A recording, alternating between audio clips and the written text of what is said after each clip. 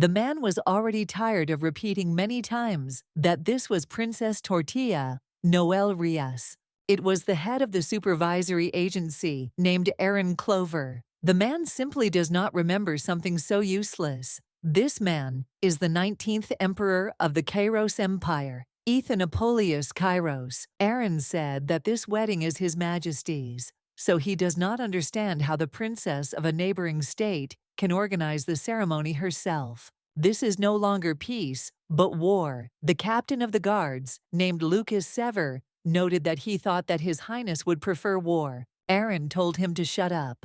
Lucas thought he was kidding, like he was talking about Princess Tortilla. Her beauty is truly dazzling, and this is serious, but she wears a veil, and her face cannot be seen. Lucas thought he was walking, and didn't understand what he was talking about the aura. And also, her mother named Leah Khalid, a girl known on the server for her beauty. Lucas believed that she had most likely simply captured the heart of Jade Nears. Jade Nears, like Tortilla, he's beautiful. He is both a great warrior and the greatest strategist in this world. There is no person who does not admire him, and there is no one who does not mourn his death. This man really looks like a god, and that means his daughter has come here. Aaron said that tonight is Princess Noel's first night, so he asks that they be more attentive to even the smallest gestures. Lucas noted that no matter what, she was still a married princess. Aaron informed the master that they were now deviating, and the emperor continued on his next journey alone. After this, the emperor entered the room, where his lady was already waiting for him, with a veil on her face. She greeted His Highness Ethan Apollonius Kairos.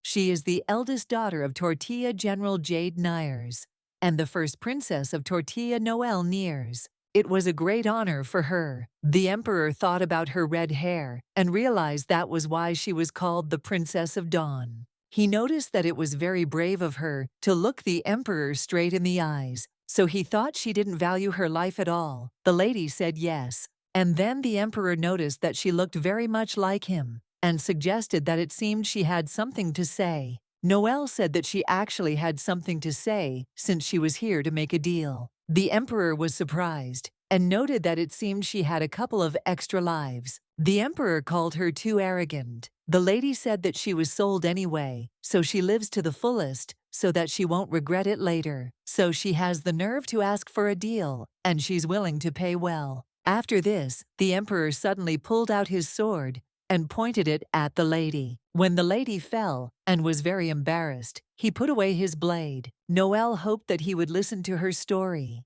The emperor decided to sit next to her, and she noted that her life depended on what she said. Noel noted that she knew she was being held hostage here. Her life is in his hands, and they both know it could end today. Yet here she is anyway. Noel can only accept it, but she still wants to make her choice, and she came to surprise him. She wants to make a deal with him at the cost of her life. The emperor noted that for a deal to be made, both parties must agree, and he was confident that she could offer him something. The lady said that as long as she was the daughter of Jade Nears, the emperor decided to find out what she wanted from him. The sun god chosen by the gods, the great emperor of Kairos, Noel for him, who is the defender of the East, offers his homeland, Tortilla. The emperor was surprised and interested, so he asked what he should do for this. Noel said that to do this, he must destroy her homeland. The emperor said that the destruction of this empire was very easy for him, but not for her.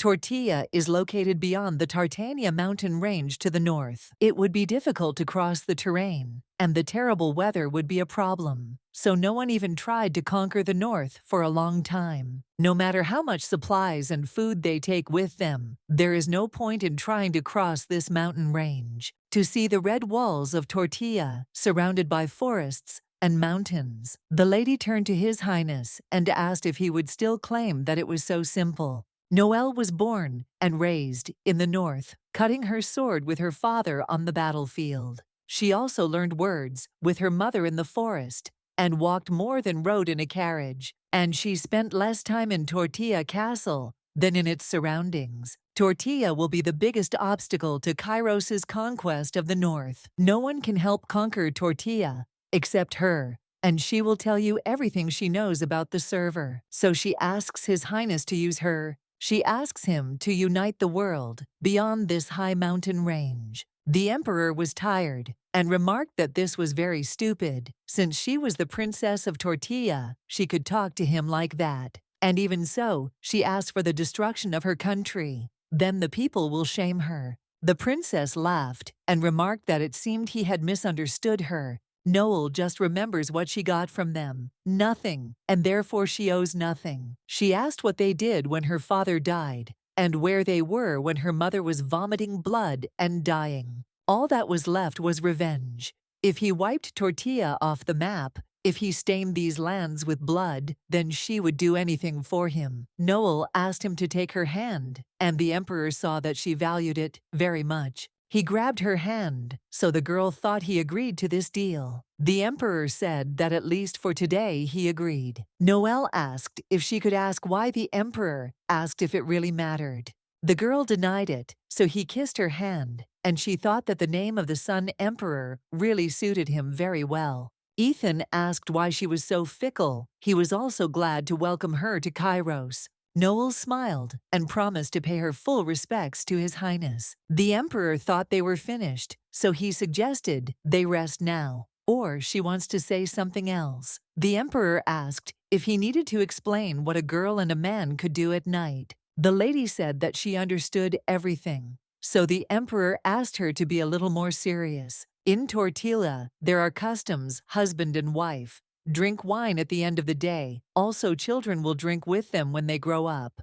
Her father loved her very much and even took her with him to the battlefield so that she could pour him a drink. She said that the drink was much better, but suddenly the emperor dragged her to his place. Noelle asked if she should take off her shirt. The emperor told her to just purse her lips. After that, they had a passionate kiss. Ethan told her to relax, gentlemen. I don't understand what she should do. Noel asked him to wait, but the emperor said that since she said she understood everything, she should not have any complaints. The lady confirmed this, but that is exactly why she has them. The emperor took off his shirt and asked her to look at his muscles and say it again. The princess was shocked when she saw his body. She remarked that it was very wonderful. The emperor asked if it was supposed to come out of her mouth at that very moment. The lady noted that it was a compliment, but he was not pleased with it, and he added that one should not casually touch the emperor's body. Noel asked him to stop, but the emperor said again that he had already said that he could not be touched. Noel wanted to tell him something, and the emperor said that he was listening to her carefully. He also added that she was very thin, but she was a princess, and he couldn't believe that it was so difficult to feed her in her empire. Noel admitted that she was always treated with disdain. The emperor remembered how Aaron had said that all this time she had lived in captivity on the territory of Tortilla Castle because General Jade Nears of Tortilla was poisoned, and her mother was killed because of the murder of his half-brother. The king of Tortilla is very scared. Over time, the authorities came to the decision to imprison the princess in order to stop the unrest among the people. And this time, as a sign of reconciliation, he sent the princess instead of his daughter. Noel pointed out that he knew that anyway. She turned to him and said that she did not want to be his puppet and did not want to be his woman. The emperor was simply horrified, and the girl added that she did not want to become one of his concubines. It's all because she doesn't want to waste her energy and time fighting with his women. Then, from a curse that appeared on his path, she will turn into a faithful courtier who can help. The emperor was tired and amused by the fact that she said she would be a faithful courtier. Such blind love of the emperor's women always ends in a rain of blood. If this is true, then I wonder what it was like for the previous emperor of Kairos. Noel said that there is 1. Caroline 3. Akaroi 9. Akasis 28 concubines. Caroline is the queen of the empire. Akasis is the one who gave birth to the prince. Akaroi, Akasis, is the wife of the emperor. But only 2 precious princes were able to grow up in the imperial family. It is unclear how many princes and princesses died. His mother cried a lot because of this, and she asked how many deaths he had seen. She asked who else could understand this pain.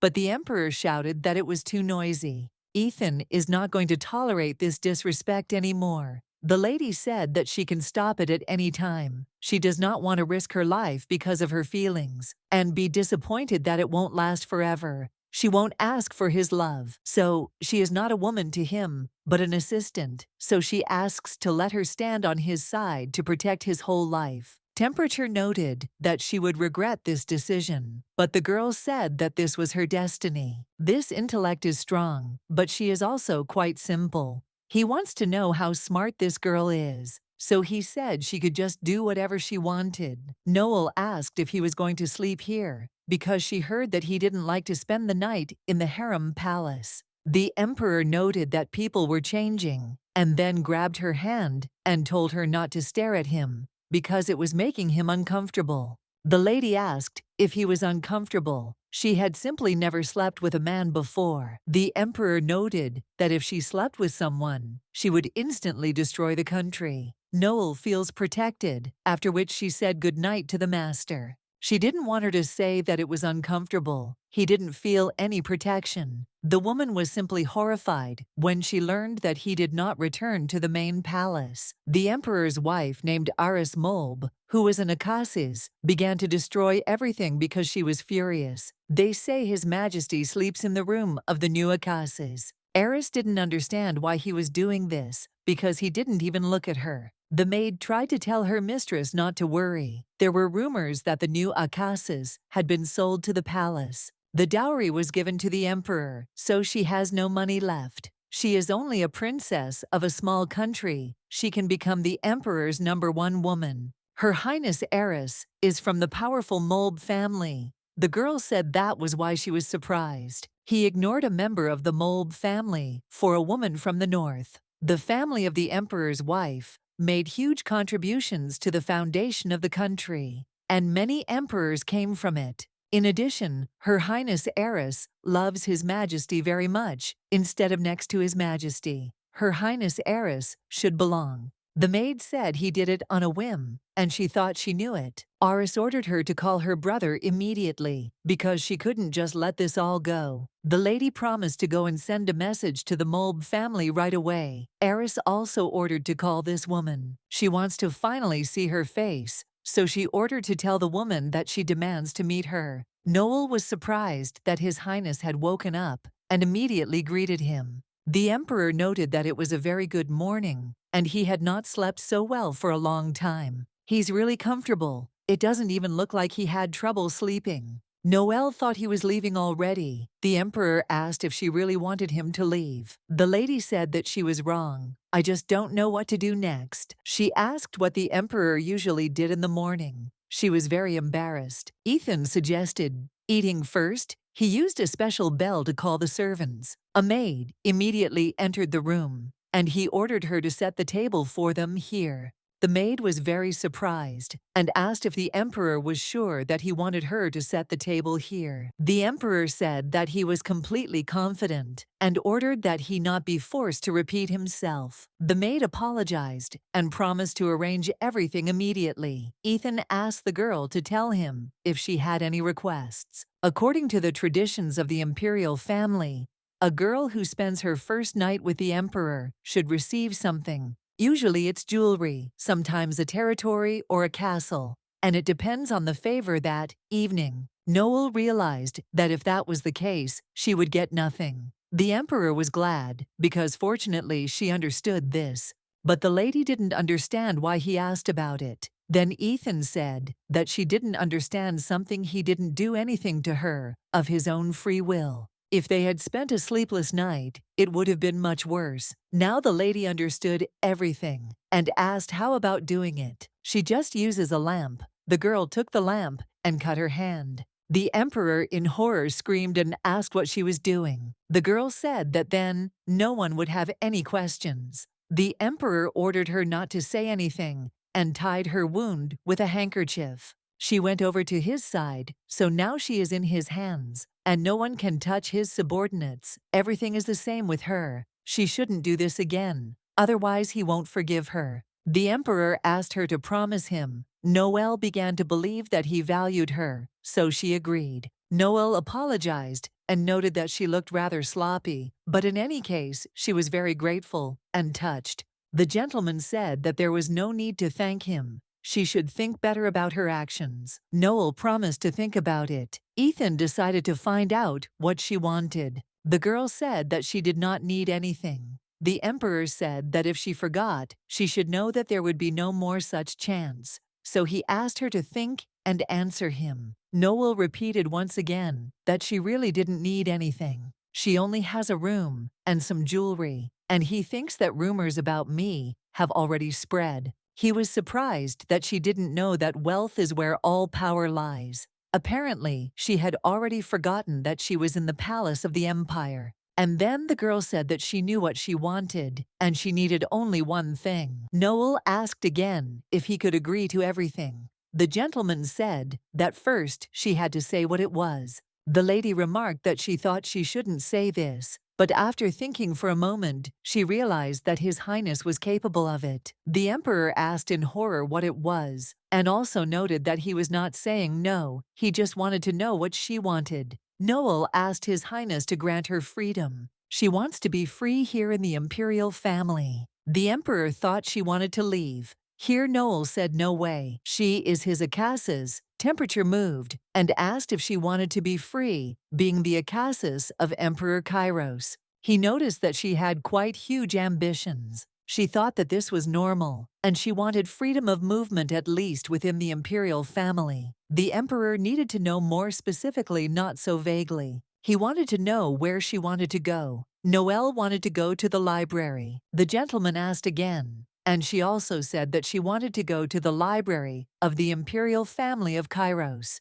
Kairos Imperial Library. Veritas. It contains books collected by previous emperors. These books can only be read by members of the imperial family or the current emperor. Even high-ranking officials cannot get in there. The emperor noted that she really does not know the word fear. The gentleman said it would be difficult to do. Noelle was shocked and didn't understand if it was really too difficult for him. The gentleman agreed, and so she was happy, but she would go there alone. The girl was very surprised and asked again. The emperor told her to be very careful and not to get caught. Noelle was shocked with you that he wants her to get in there secret because it is impossible to get in there. The emperor said that at least if she was caught, he would cover for her. Noelle was already asking what would happen if he didn't cover for her. In that case, she would die. He noticed that she seemed very unhappy, but the girl said that this was not so.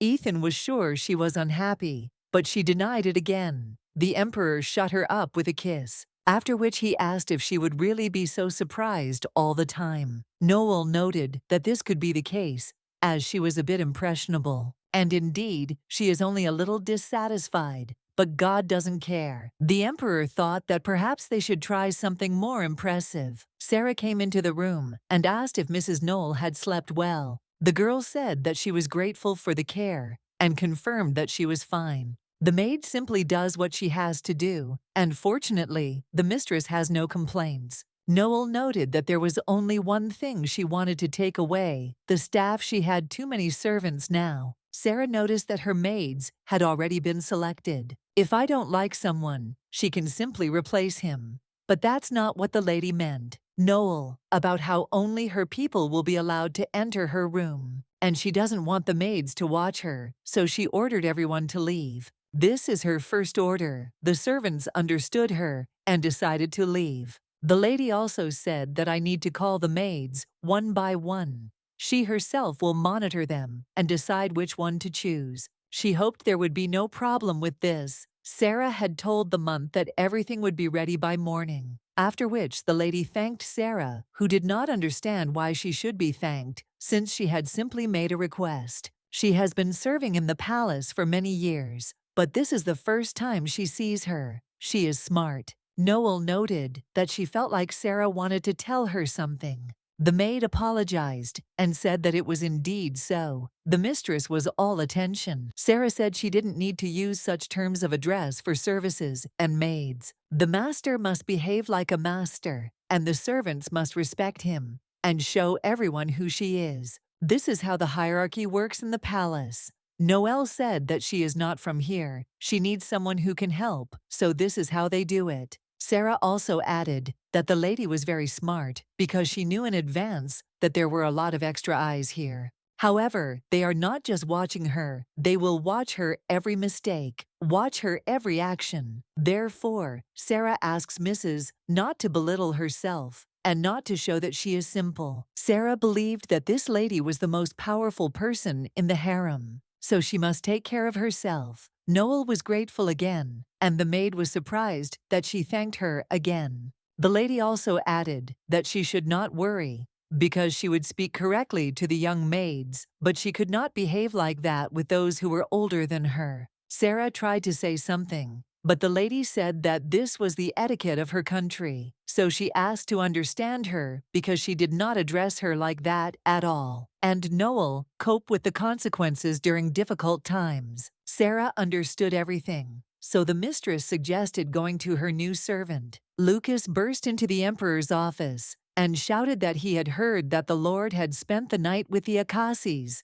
and so he wanted to know if it was true. Rumors of this had already spread everywhere. Aaron ordered him to shut up. Lucas was shocked because this was not typical behavior for His Majesty, and even considering that he had been training upon hearing this, he immediately rushed here. He also added that he wanted a lot of rumors that she looked like a goddess, and he wanted to know if it was true. Ethan didn't understand what was going on and why he was so stubborn. From this, as the emperor did not react in any way, the man realized that it seemed that these were just rumors. Aaron ordered him to get out, and he sat down on the sofa, upset. Aaron asked His Majesty in horror if there were any problems with this woman. If they exist, they can help. But the emperor firmly said that there is no problem. In fact, she really is beautiful. The emperor remembered her. Her eyes are especially beautiful. She is the Princess of Dawn. Ethan noted that it was a fitting name.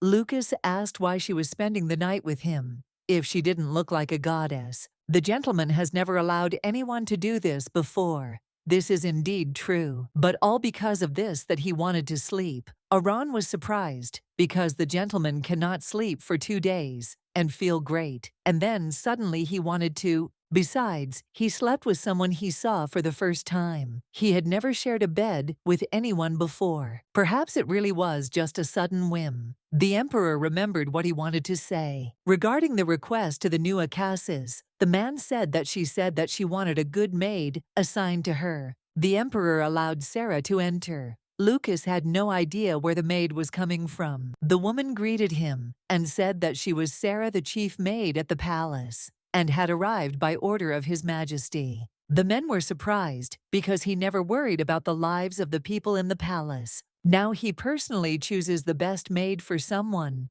unless it is some kind of sudden whim. 7 hours ago, the lady greeted many women and introduced herself as the Princess of Tortilla. Dila was the first to introduce herself. Although she doesn't have any special talents, she copes with all the housework perfectly. The girl was sure that she could cope with all the difficulties. The lady was pleased to hear this, and she loved cleanliness very much. Next is Anna, the culinary department. She loves to cook deliciously and is confident that no one can do it better than her. Noel also loves good food, so she told her to cook whatever she wanted. Anna was very happy and promised that she would treat Her Highness to the most delicious food. Next up is Penny. She's in charge of the financial inner palace. Her father was a businessman, and she is not very good at anything else. She can solve any financial problem. She is also excellent at managing finances. Heather, they had already seen each other on the day of the mistress's wedding. The girl was very pleased that the mistress remembered her. She is the head of the palace's clothing department and will be responsible for ensuring that her appearance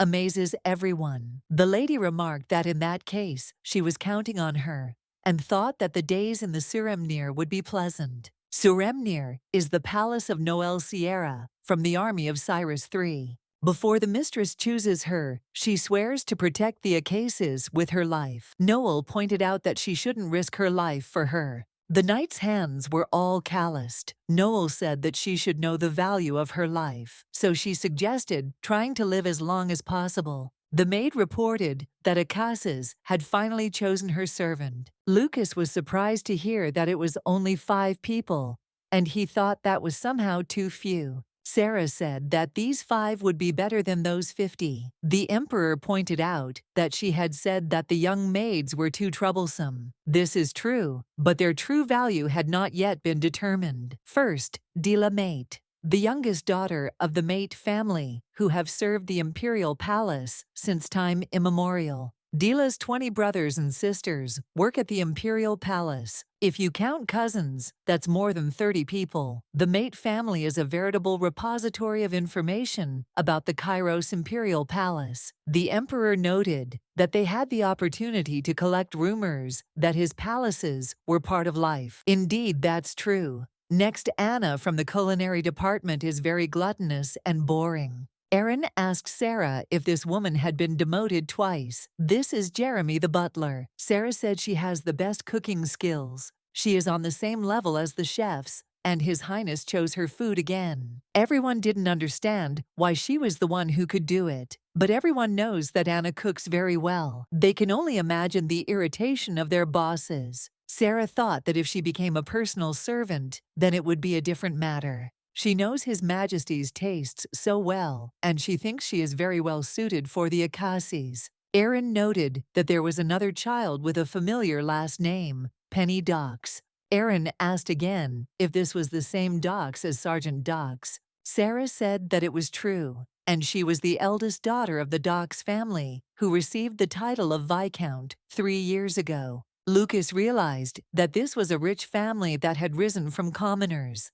When His Majesty gave them a title, the aristocrats were very irritated. But it was a good idea. The family had a strong influence on the economy of the empire. The emperor himself approved of this. Ethan noted that he knew about it, but he wondered why the daughter of the Docks family was a servant in the palace. Aaron believed that her father simply lacked warmth and wanted her to become the emperor's woman. Sarah said she doesn't know how her father is, but Penny is different. After all, she wants to take over her father's business. The emperor said to continue. Then the Lord noticed that His Highness really liked the new Akasis. He looked so happy. Sarah also said that Noel has a very low dowry compared to others, so the chances of financial help from her are very low. But if Penny Docks becomes his woman, she will receive a lot of support. Judging by her father, he will help her both physically and mentally. It gets more and more interesting. Lucas asked who is next. It was Heather Politante, the daughter of a raven, and her mother is very famous in high society. Heather has always kept an eye on the scores and stuff in her house, so she's very good at decorating. She will help Noel, well, Aaron thought. And there it seems that the puzzle is not complete, but he has guesses. And the last piece of the puzzle is Sierra Carlson. Lucas was in complete shock and asked again if she was talking about those Carlsons. Carlson is one of the most famous military families that had a hand in founding the empire. From it came 4 generals and many knights who won a huge number of victories on the battlefield. Not only does this family win fencing competitions, but members of this family have always passed the general's exams. However, they did not know that this family had a daughter. Nosa said that few people know, but the Carlson family is dominated by men. But Sierra is a very strong child and deserves to bear this name.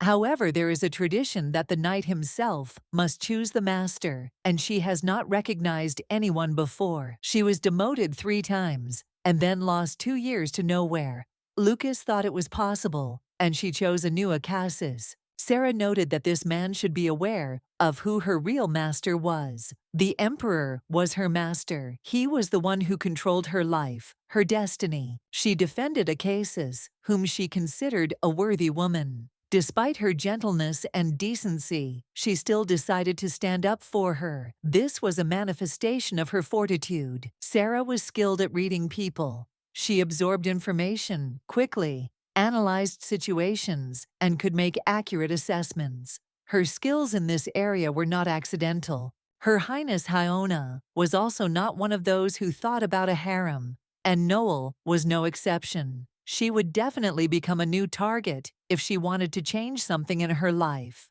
Sarah recalled how one day a woman whose death had gone unnoticed tried to prove her fortitude. Sarah warned His Majesty not to forget that she had found herself in this pool. Aris screamed, calling Noelle an arrogant brat. She asked if she was going to go against her, confident that she could defeat her in any fight. Sarah was a maid in the imperial family and maintained a neutral attitude towards all the ladies at court. She did not take sides despite pressure from all sides. No matter how hard the women tried to win her over, Sarah remained true to her position. She was never inclined to take sides, preferring to remain neutral. The emperor noticed that this was not like Sarah's behavior. She was always careful in her actions. He wondered what could be behind her unexpected behavior. If that was indeed the case, then it seemed that Sarah had managed to win the heart of the head maid. This was quite an achievement, especially for someone who usually remained impartial. Sarah said that she would invite Mrs. Akaza's Noel. She was sure that this meeting would be important, and she did not intend to postpone it for long. The lady noticed that there was a lot of noise outside and wondered what was going on. She felt that there was tension in the air and that something important was about to happen. The maid reported that it seemed that Mrs. Akasis Aris had arrived.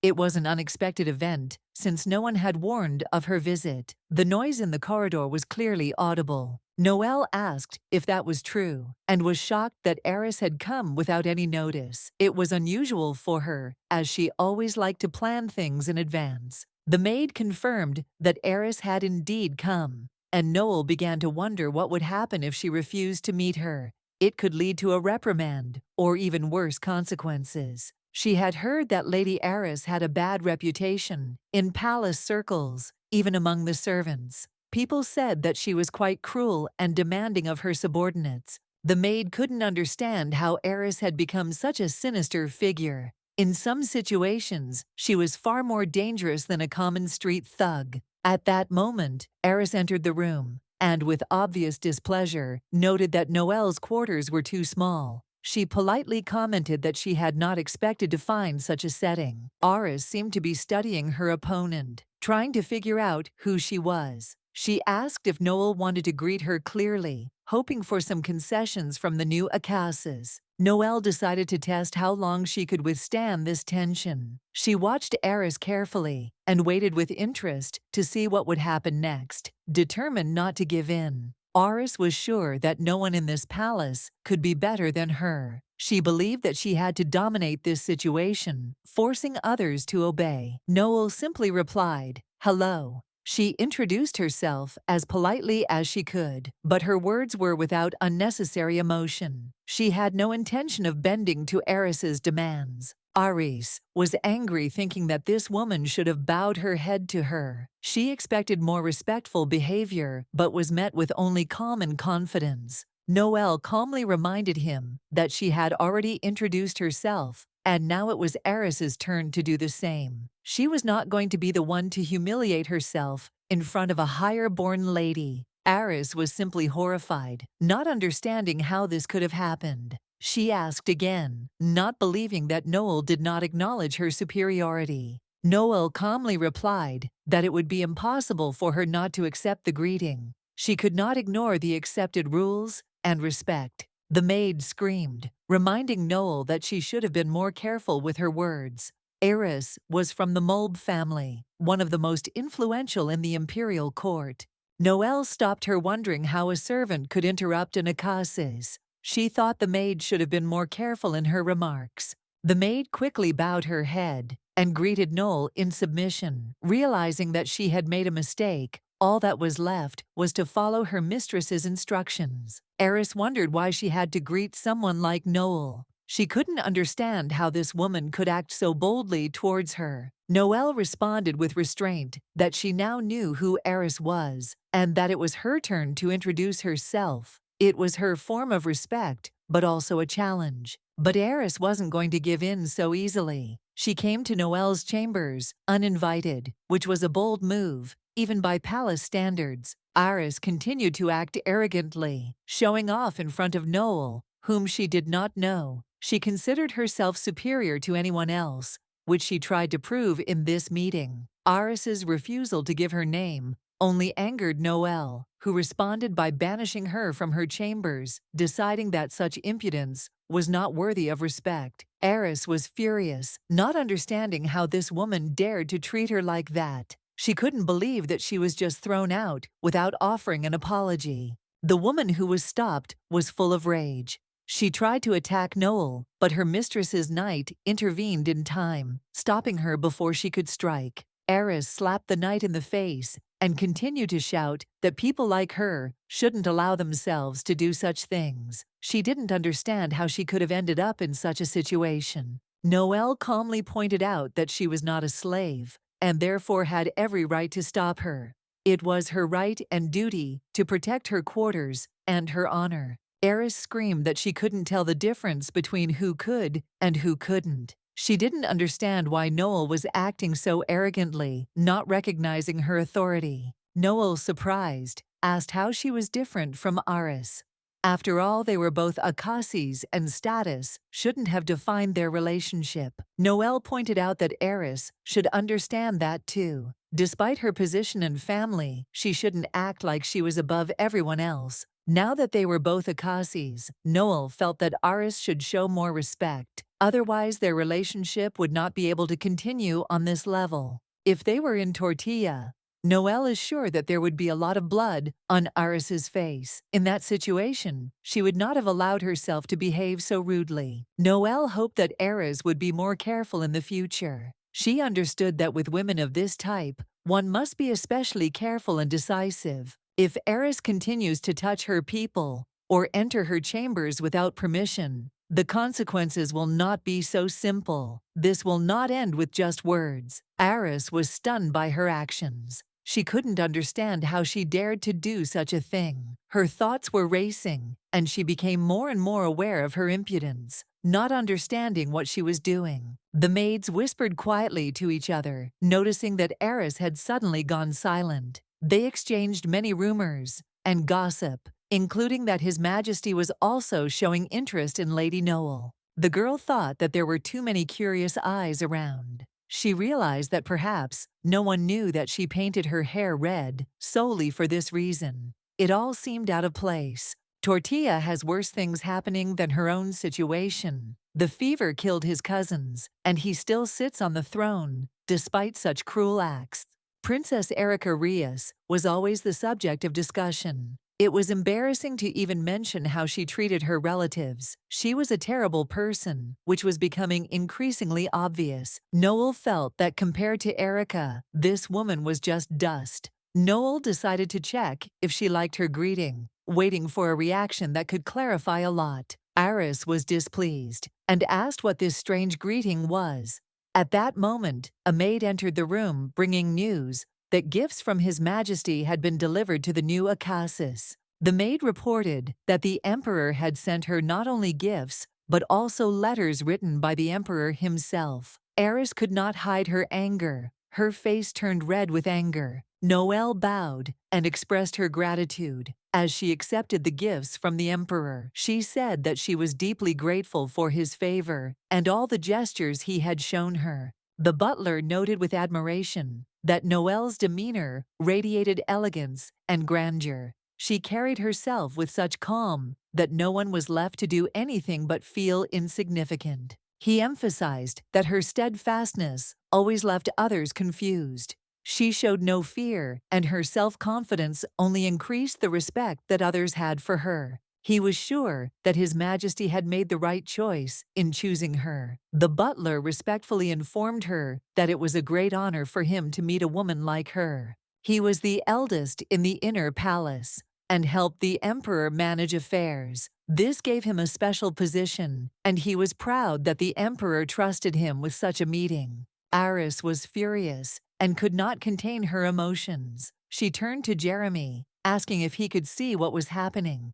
The man calmly replied that it was an honor for him to meet her too. Aris, unable to contain her anger, asked if the gifts were really sent by the Emperor. All this irritated her, and she could not believe what was happening around her. Jeremy confirmed that the gifts and letters were indeed sent by the emperor. But Eris screamed, claiming that he was lying because the emperor always treated all girls equally. Eris said furiously that the emperor always did this. He left immediately after finishing his business, and the gifts for the girls were always the same, including her.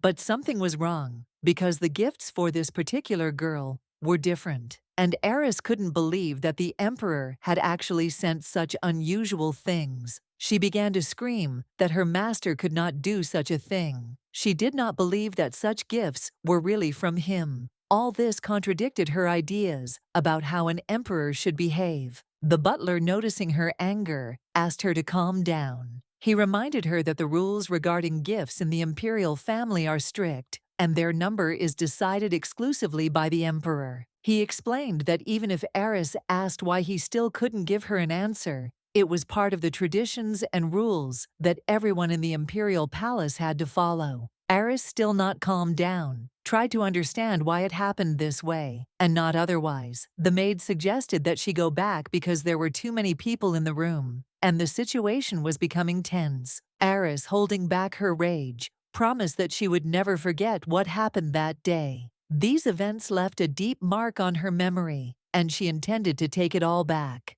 In the evening, thinking about everything that had happened, Noel thought about the words of the girl, who said that she would not get anything. These words left an unpleasant aftertaste in her soul, forcing her to doubt. Suddenly, the emperor appeared behind her. He asked if it was possible that he had heard wrong. Noel was taken aback, not expecting him to appear, and asked a little nervously, since when he had been barging in like this. The emperor asked her with interest if she liked his actions. Noel was a little embarrassed, but admitted that she liked it, but it was still too unexpected and sudden. The emperor agreed that perhaps it was too much, but he did not touch her that night. But the next morning, he sent her gifts. This was supposed to be a sign of attention and care for her. Noel reported that she had already received gifts, but the emperor, smiling, asked if she thought it was too much. He seemed to expect more from her confession of her feelings. Noel, feeling the tension, said that she definitely did not intend to become his woman. This statement caused the emperor a slight surprise, and he noticed that she was not yet accustomed to his closeness. The emperor added that he would never allow her to be his woman without her desire. He said this with a slight sarcasm, trying to show that everything depended on her decision and not on him. He also said that the necklace she was wearing suited her very well. Noel, with a slight smile, replied that she had chosen it herself, which was true because she liked the accessory. Before meeting him, Noel prepared for a long time, carefully choosing her outfit and accessories. It was her way of showing her confidence and preparedness, but she did not know how the emperor would react to it. The emperor, noticing her preparedness, asked if this meant that she was expecting him. This statement made Noel feel uneasy, and she quickly replied that it was not so. But the emperor, with a mysterious smile, noted that she had nowhere to run from him. This was another moment when his words seemed ironic and full of hidden meaning. After the kiss, the emperor noticed that Noel was still avoiding his gaze. She replied that it was because she was embarrassed, and he was the one who made her feel so awkward. Noel, aware of how her emotions affected her behavior, noted that this was precisely why she was interested in the emperor. He had always been something mysterious and attractive to her. Noel said that he was truly pure evil, that she felt his influence on herself. The emperor replied with a smile that he knew it very well, but still did not intend to change his behavior. She did not understand how he could speak so confidently, and asked how he even knew the language and culture of her country. The emperor only smiled mysteriously, leaving her with many questions. The emperor noted that it was his secret,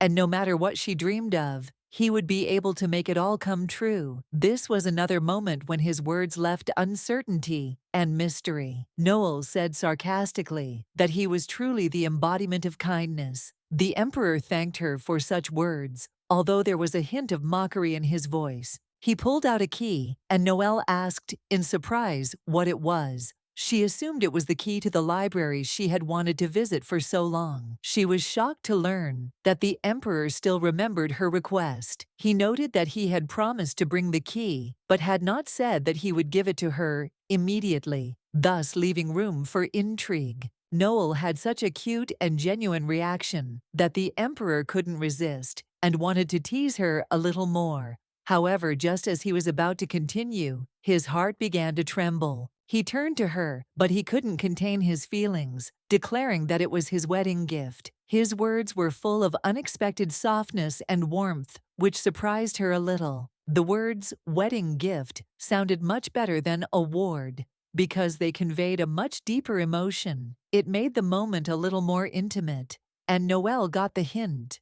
Noelle glanced at the key and quietly noted that with it, she would be able to leave and return to the library. She knew that this key was important and would help her avoid problems with security, but only if she didn't get caught by the guards, otherwise her plan would fail. She promised Ethan that she would do everything to avoid trouble and avoid prying eyes. Ethan suggested that if she did get caught, he would help her get out of the situation. But Noelle confidently assured him that this would not be a problem, and she would definitely be able to avoid trouble. The emperor was interested in how confident she was in her own abilities. He thought about her confidence, and it made him appreciate her determination even more. She knew exactly where she was, and she was sure that Kairos was far from what she had thought it was. It was a new realization that strengthened her will in this situation. Noel answered confidently that she knew that everything was not as she imagined. She was not weak, as he thought, and was ready to face any difficulties. From her words, it was clear that she was clearly not some fragile and defenseless woman. She was strong and ready to fight for her goal, despite all the difficulties. Ethan was probably already lost in her red eyes, but that didn't stop him from continuing to watch her, feeling more and more affection. That look was full of deep emotions. Noel laughed and said that when he came here tomorrow, she would tell him about her great feat. She smiled, anticipating how she could surprise him with her actions. The emperor was surprised by her confidence and asked how she knew that he would come tomorrow. The girl, a little embarrassed, did not immediately understand what exactly the emperor wanted to say. She turned to him and asked him, puzzled, if he was going to come tomorrow. He said no, and added that he had said he wouldn't be there tomorrow. Noel, hearing this, nodded calmly and said that she understood. She did not repeat her questions, although inside there remained a slight dissatisfaction with his answer.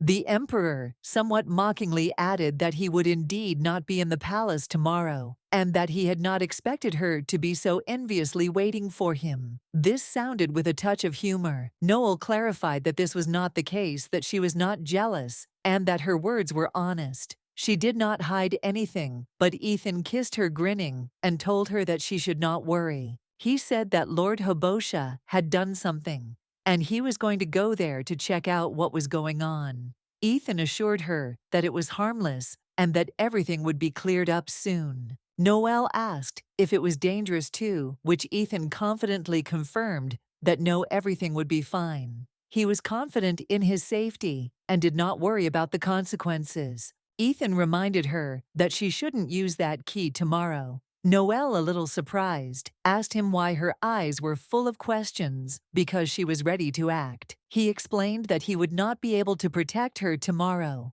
When he was not in the palace, she had to stay safe and not leave this place. He did not know what could happen in his absence. He strictly warned her that she should not meet anyone and should not go anywhere. Regardless of the purpose, she should stay in place to avoid unexpected problems. The emperor added that he did not know when or where she might be in danger. He was ready to protect her, but at that moment he needed to focus on other matters. So he asked her again not to leave this place when he could not protect her. He said this with genuine emotion, realizing how important her safety was to him. Noelle pointed out that he himself had said that he would help her if she was caught. Ethan replied with a smile that it depended on the situation and that he was always ready to change his mind. The emperor continued with a smile, claiming that this was how he was fickle. Noelle, in turn, noted that he was in fact blameless in his actions. and it was precisely this innocence of his that she loved. Her words were followed by a passionate kiss, which became a confirmation of their mutual feelings and affection.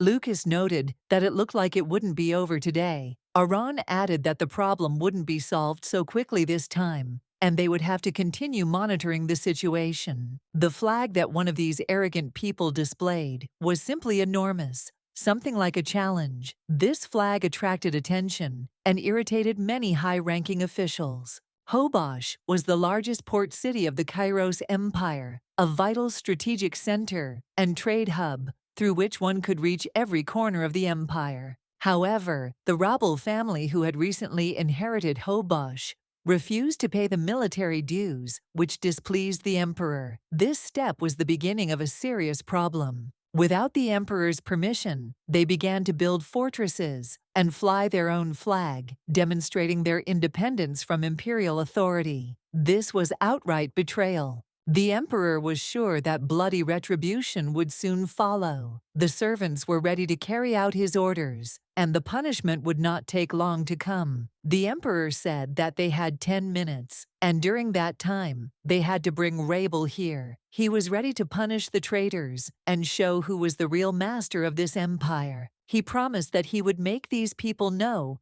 who really ruled the empire. Their self-confidence would be destroyed, and they would understand who they were dealing with. The man couldn't understand who dared to do such a thing, but soon realized that the emperor himself was standing in front of him. His eyes widened in surprise, and he realized that the consequences would be serious. He respectfully declared that it was a great honor for him to meet His Majesty. It was a strange-sounding phrase on his lips, but it could not hide the fear inside. Ethan told him that the consequences for betrayal would be the most severe, and that would be death. The man tried to justify himself, saying that he only wanted to make the city stronger. He tried to explain that he only wanted to improve his place and make it richer. This was sincere, but the emperor could not accept his excuses. The man claimed that Hobosh had always been a small port and that their family had taken control of it. It was a natural process, he said, but now everything had changed, and Hobosh had become an important part of the empire. What the Rabels didn't realize was that this was part of a bigger picture and strategy. He couldn't understand how this could be a betrayal,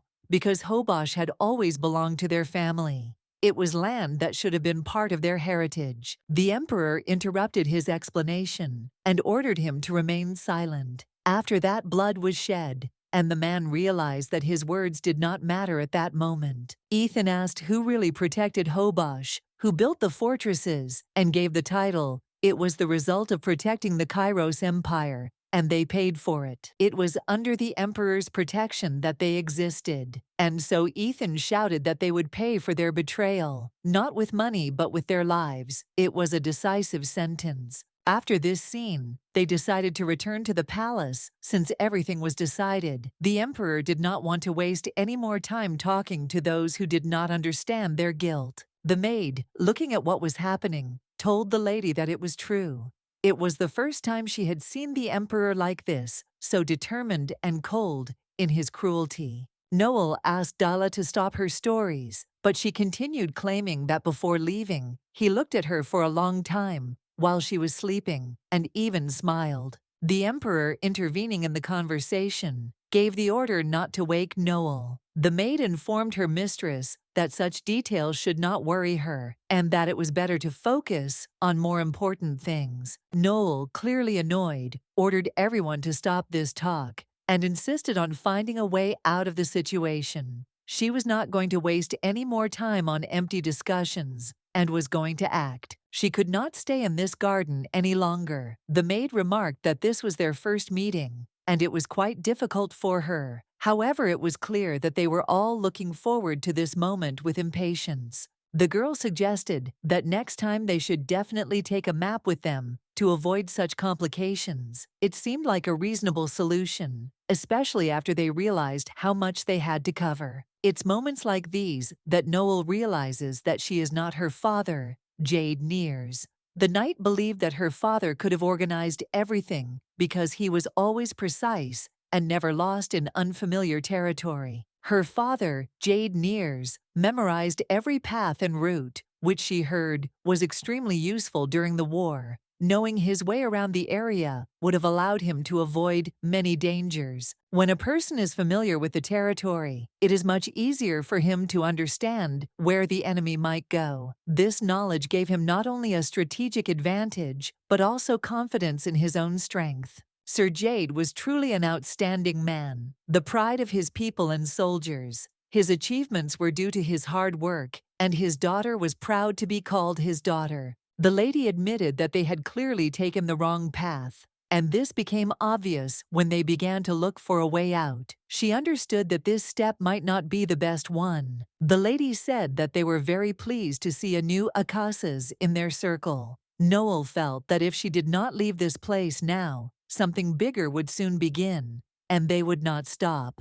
Noelle realized that if she didn't leave now, they might start to act too aggressively. She didn't want to be the cause of unnecessary disturbance that could ruin everything they had planned. Aris hoped that Lady wasn't just going to leave.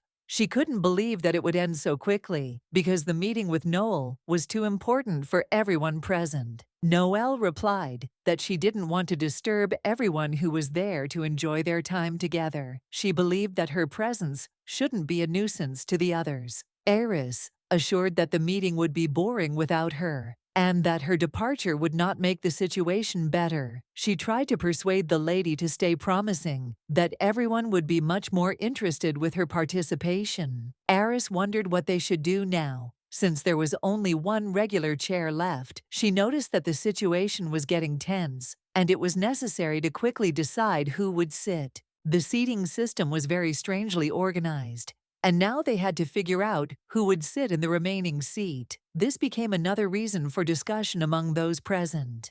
In fact, it all seemed rather silly. Lady Akasis had just arrived, and it seemed she already didn't like the place. This added to the tension, since her expectations were not being met. Perhaps Noel felt uncomfortable because her status as a princess, abandoned by her country, raised unnecessary questions. This barbarian tribe from the north, if she really was from there, would be familiar with the area. If she was indeed from the northern territories, it would explain her knowledge of the area. Her understanding of the world around her gave her a confidence that others sometimes lacked. Eris ordered everyone to stop discussing, as the new Akasas might be upset. She also admitted that it was her mistake not to inform the guests about the exact date of the next meeting. Everyone thought that it couldn't be Eris's fault, and that it was only her shortcoming that was the cause of all the misunderstandings. She blamed herself for not being able to organize everything properly. Noelle realized that these children loved to play with others,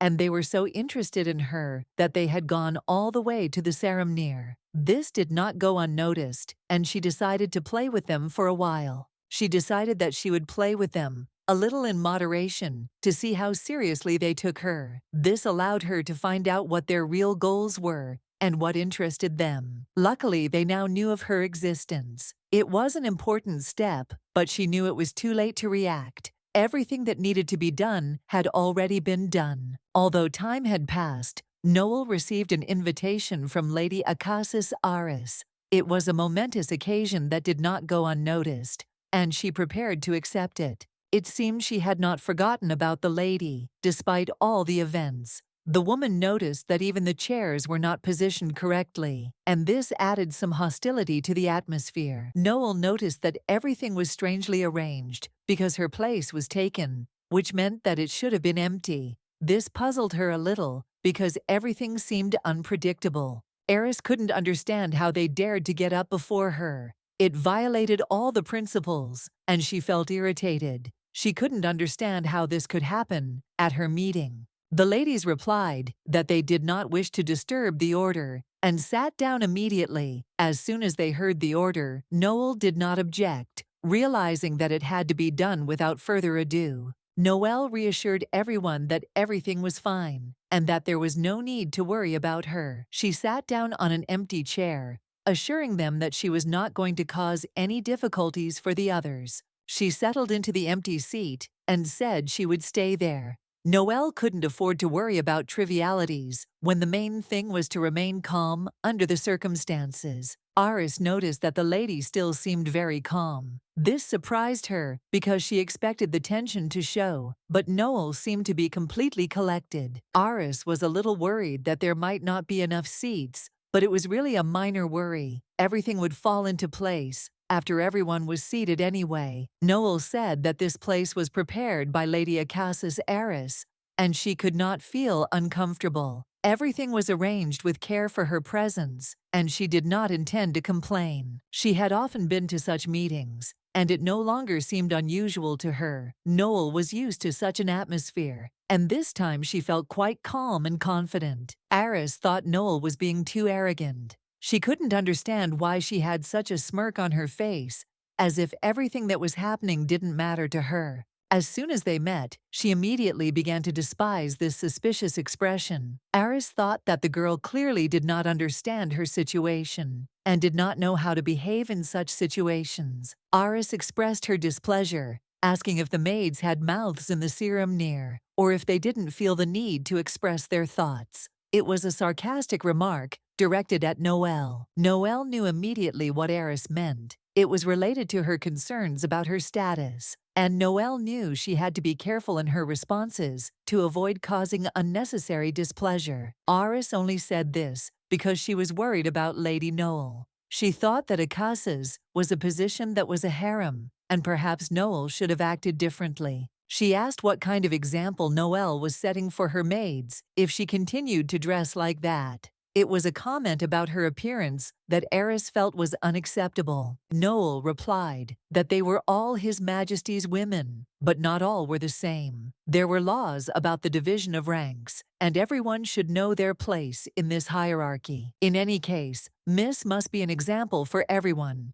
Iris, with smug confidence, declared that she was that very example, as befits her position. Her opinion on who should be on the pedestal was immutable. She added with obvious disdain that she should simply give Noelle a new outfit. It was her suggestion, implying that the lady should look more befitting her status if she did not want to cause disappointment. If things were left as they were without any changes, there would be problems. She warned Noelle was not about to reject such offers, knowing that perhaps she was dealing with good intentions, but in their expression, Noelle said that she would accept the kindness of the Acasis.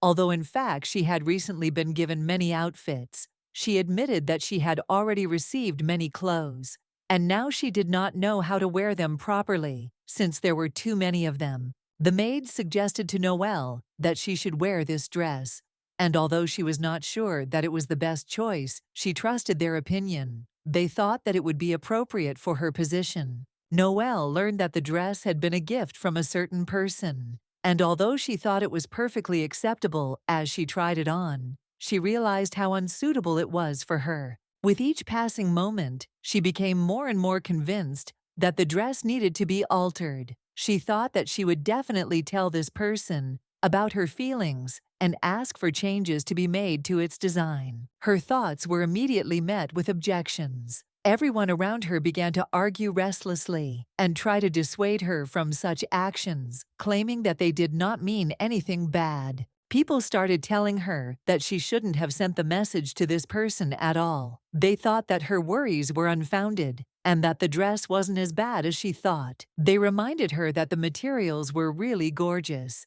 and even if the design itself wasn't quite perfect, it shouldn't be a problem. Noelle was shocked by this approach, her confusion growing. Noelle did not like such scenes, and therefore preferred not to interfere in matters related to the emperor's women. She was uncomfortable in such situations and did not want to create unnecessary resonance. On the contrary, she felt like she was in the middle of this chaos and understood that she could not act as everyone expected. It was too difficult for her, and her own opinion only became more confused. She understood their concern and gratitude, but she also realized that they were much more knowledgeable about imperial etiquette than she was. This made her feel uneasy, although she decided to follow their advice. Noelle added that she would need to take some lessons from Acasis Aris, as she was still not used to the strict and complex etiquette that was in effect at the emperor's court. She herself did not understand what she was talking about, but she still claimed that it was true.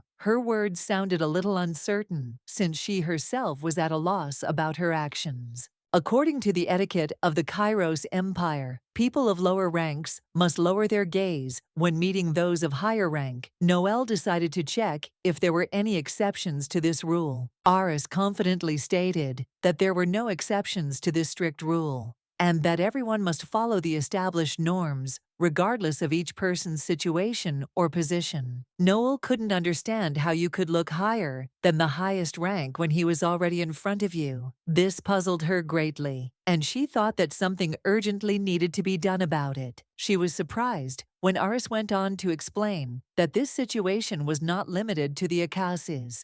If they did not follow the rules, it would be an insult to everyone below them. Aris pointed out that it was important for all subjects to show how much higher in status they were, and how important it was to follow these rules, so as not to undermine the power and authority of the emperor. Noel wondered why people around her continued to stare her straight in the face, despite all the rules, and she felt bad that her position was not respected in any way. Aris didn't know how to respond to this question, because she was confused herself. She realized that they still hadn't lowered their eyes, which could be perceived as a breach of etiquette. Noel felt the situation was getting out of control, and in a show of submission, she immediately dropped to her knees, declaring that she had made a mistake that could have cost her her life. Her words caused everyone around her to kneel, which attracted even more attention. Noel decided that perhaps she should introduce herself again to clear the air. She rose from her knees and announced that she was the new Akasis,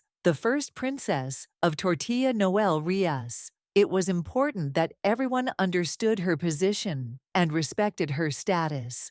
Immediately after her statement, the maids began to greet her as Akasis, addressing her with respect and expressing their respect for her role in the imperial court. The emperor, who arrived unannounced, was a little taken aback as he had no time to prepare for such a visit, but he remained calm and focused on the affairs at hand. If he found anything unacceptable, he could report it, but overall he wanted everyone to remain calm. The emperor said there was no need to worry about trifles. The emperor added that he was leaving tomorrow anyway, and this was just a short break. Lucas walked behind, but he couldn't help but notice that the atmosphere around him was tense. Lucas turned to Aaron and said that he could no longer hear anything that was happening because his thoughts were completely absorbed in the palace, and he had no time for conversation. The emperor heard this and replied that it was complete nonsense because they were too noisy and did not allow one to concentrate. Aaron again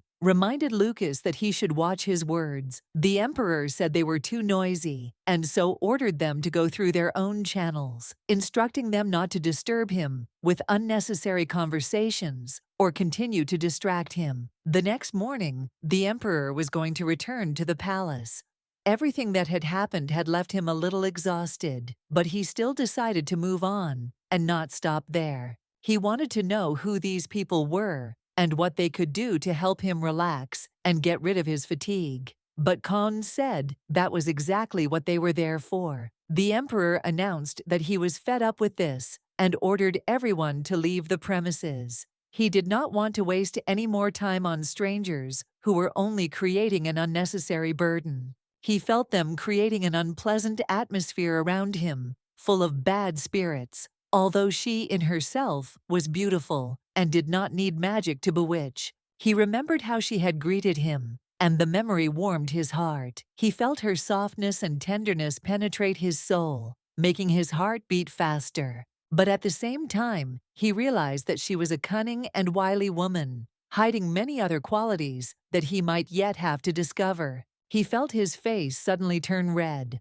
Thoughts of her took over him, and his own emotions began to roll in, bringing with them unexpected feelings. Aris greeted him with deep respect, saying that it was a great honor for her to see him as the Emperor of the Sun. This was a manifestation of her affection and recognition of his power. Aris thought that he was probably tired from the journey, And upon hearing of his arrival, she decided to meet him immediately to show her respect and concern for his condition. She had not expected him to arrive so soon. It had come as a surprise to her, and she did not know how best to behave at such a moment, since the visit had been extremely sudden. Aris knew that His Majesty was only supposed to be in the palace on designated days. The Emperor's appearance here without prior notice raised many questions in her mind. At that moment, Eris thought that if she could only win the heart of His Majesty, her life would change. But she was determined to achieve this. She took a step forward and took his hand, asking permission to escort him to his quarters.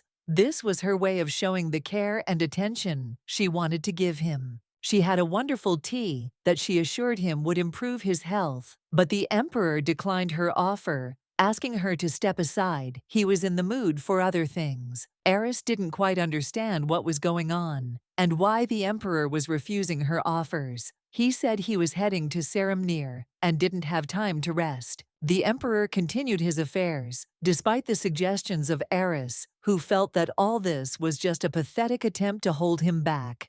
The maids decided to end their conversation, realizing that if they continued, Lady Eris could become very upset. Eris, in turn, swore that she would definitely answer for this humiliation. Lady Eris informed the knight that she had just heard that His Majesty had gone to the harem palace. This was an important event that could not go unnoticed by her. Noel noted that the Emperor had already told her that he would return sooner than planned. She noted that they needed to be prepared for any outcome, because anything could happen. The maid hoped that the Emperor would not return too soon, as she was sure that Lady Eris would not leave things as they were if they did not meet him in time. This added to the tension. The lady said that they would soon know what would happen. Remembering the Emperor's words, she added that she should not leave this place until he could protect her. This made her feel vulnerable. The Emperor had always said that she should not leave the palace without his permission. The lady only obeyed his orders, but she understood that this could be a great shame for Lady Eris.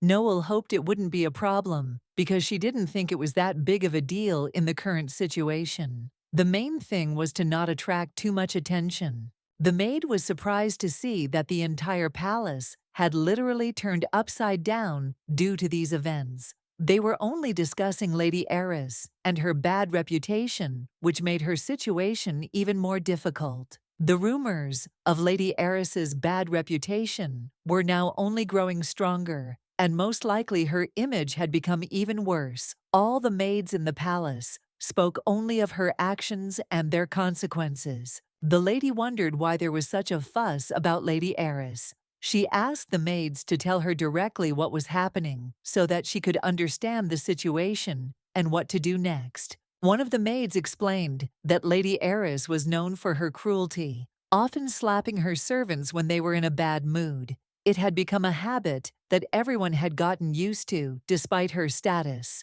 The lady began to understand why everyone around her took her behavior so calmly. When Lady Eris lost her temper, she became dangerous, and no one dared to stop her. When Lady Eris lost control, she would throw anything she could get her hands on. This fit of rage often destroyed everything around her, further damaging her reputation. Noelle couldn't believe what she was being told. The maid knew it was hard to accept, but it was true. Lady Eris wasn't afraid to show her rage. Lady Eris once threw a teapot towards a servant who burned his thigh. This incident became a symbol of her unpredictability and cruelty, even in moments of irritation. The lady couldn't understand why no one tried to stop Lady Eris. The maid explained that all this was happening because she was the daughter of the Mulb family, and her behavior was perceived differently. Lady Eris was the daughter of the Mulb family, which played an important role in the founding of the empire. This gave her a special position, and no one dared to criticize her or try to change her behavior.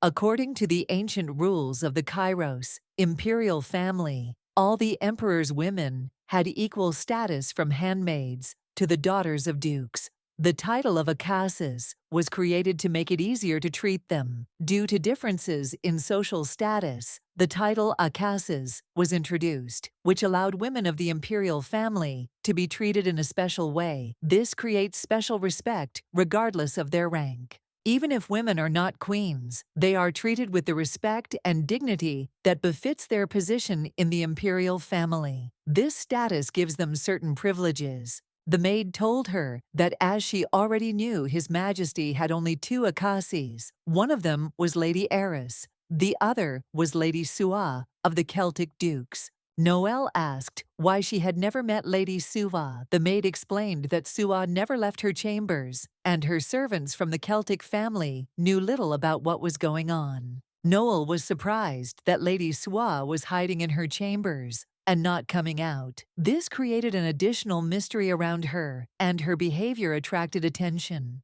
The maid added that there was a secret that everyone knew. Many called Lady Su'a abandoned in the harem, because she hardly appeared in public. It was said that Lady Su'a was locked in a harem and rarely went out. This fact gave rise to many rumors about her situation, which remained a mystery to most. The Kairos imperial family was known for having many women in their lineage, but fortunately, a worthy prince was born who could correct this situation. Many of these women remained locked in the palace throughout their lives, unknown to anyone. Their fates remained unknown except to their closest relatives. The situation changed when Emperor Ethan Apolius ascended to the throne. He began to reform the government, but women in the imperial family continued to be restricted in their access to the palace. After the end of the border war, the nobility began to actively offer their daughters to the emperor, hoping for their rise in status and an improvement in their position in the imperial family. The Mulb and Celtic families were among the most active in this process.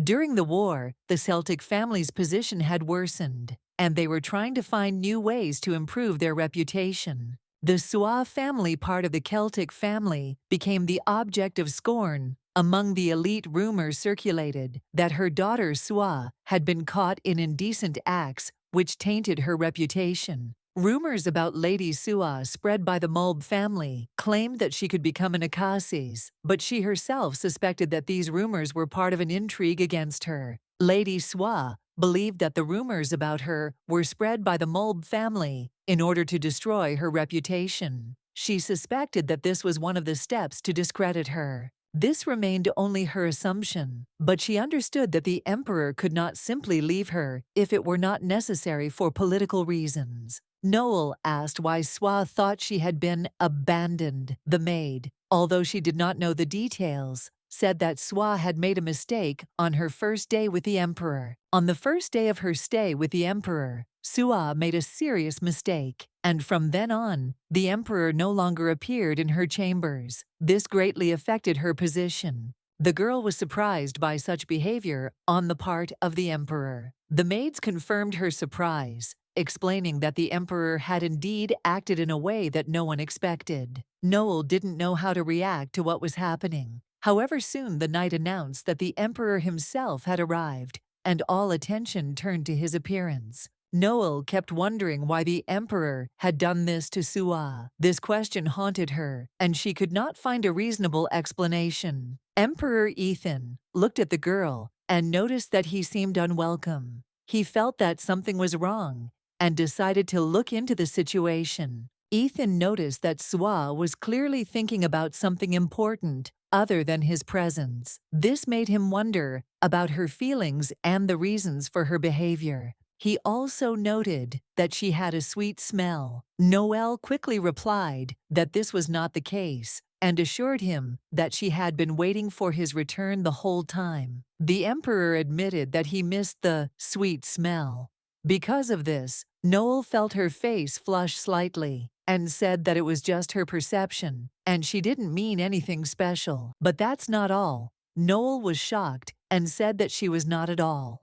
Ethan calmly noted that if she did not like the current situation, then he was ready to meet her halfway and just close his eyes. These words sounded casual, but their subtext was deep. After these words, they kissed again. The lady felt her heart beat faster and her cheeks blushed. She tried to hide her embarrassment, but it was not easy. Fortunately, she had not yet forgotten how to breathe properly, despite the wave of emotions. However, her embarrassment was reflected on the emperor, who looked a little confused. Noel asked a question, wanting to know how well the job had been done. The emperor, after considering her words, replied that the result was probably worth rating as 50-50. She knew that everything was taking longer than expected. Her patience was wearing thin, as she had assumed that Ethan would return to her immediately after the business was completed. Ethan smiled and said that he heard her waiting for him. Noel responded by emphasizing that without his presence, she would not be able to use the key she possessed. The emperor frowned slightly and noticed that she was complaining again, but he still wondered why she didn't come out to meet him as soon as he returned. Noel calmly explained that she was simply waiting for him in her chambers, as he had clearly ordered her not to leave until he returned. She complied. She added with a smile that a flower could not seek a bee. Ethan, with a bit of admiration, assumed that she had already managed to gain authority in the harem. Noel was surprised that he knew about it, since it was all an accident. However, she agreed that he was right. She had done quite well. Admitting to her active nature, Noel said that next time she would be a bee looking for a flower. Her words sounded determined. She added with a slight smile that this time His Majesty would have to become a flower, and she would definitely find him wherever he was, which caused Ethan a slight embarrassment. Ethan gently replied that she didn't need to take on such a responsibility. He assured her that he could find her himself if she would just stay put. Noel frowned and admitted that she didn't like the role of a flower at all. It was against her character, but she knew she couldn't go against his will. Ethan thought that such fortitude and determination was to be expected from the daughter of Jade Nears. Her character was unique, completely different from other women in the Empire. However, she emphasized that she could not disobey his orders. Ethan smiled at her stubbornness because her contradictions only made her more interesting. Noel couldn't resist and declared that if that was the case, then he would be the flower, and this would be that rare case when the flower itself would look for its bee. Meanwhile, rumors began to circulate in the palace about a new Akasis from Tortilla who had spent 2 days with the emperor. Many wondered who she was. These rumors reached Ares, who was furious when she heard about what was happening. She couldn't understand why none of her loved ones had come to support her yet. When she finally met her brother, she couldn't contain her emotions. He, noticing her upset state, asked how she was doing, but Ares interrupted him.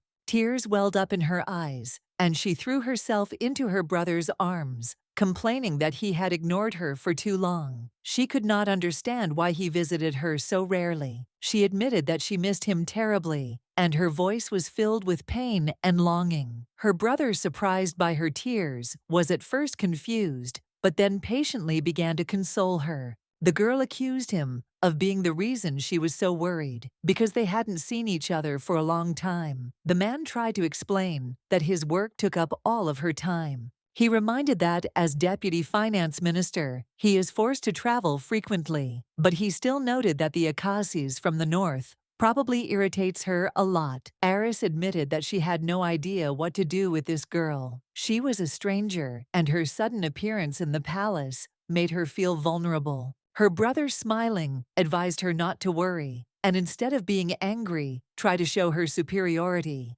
After all, Aris is the main woman in the empire. He confidently said that if she couldn't handle it, who could? She just needed to remind everyone who she was and show her rival her place. These words inspired Ares. She was touched by her brother's support and thanked him sincerely. Despite her doubts, she regained her confidence.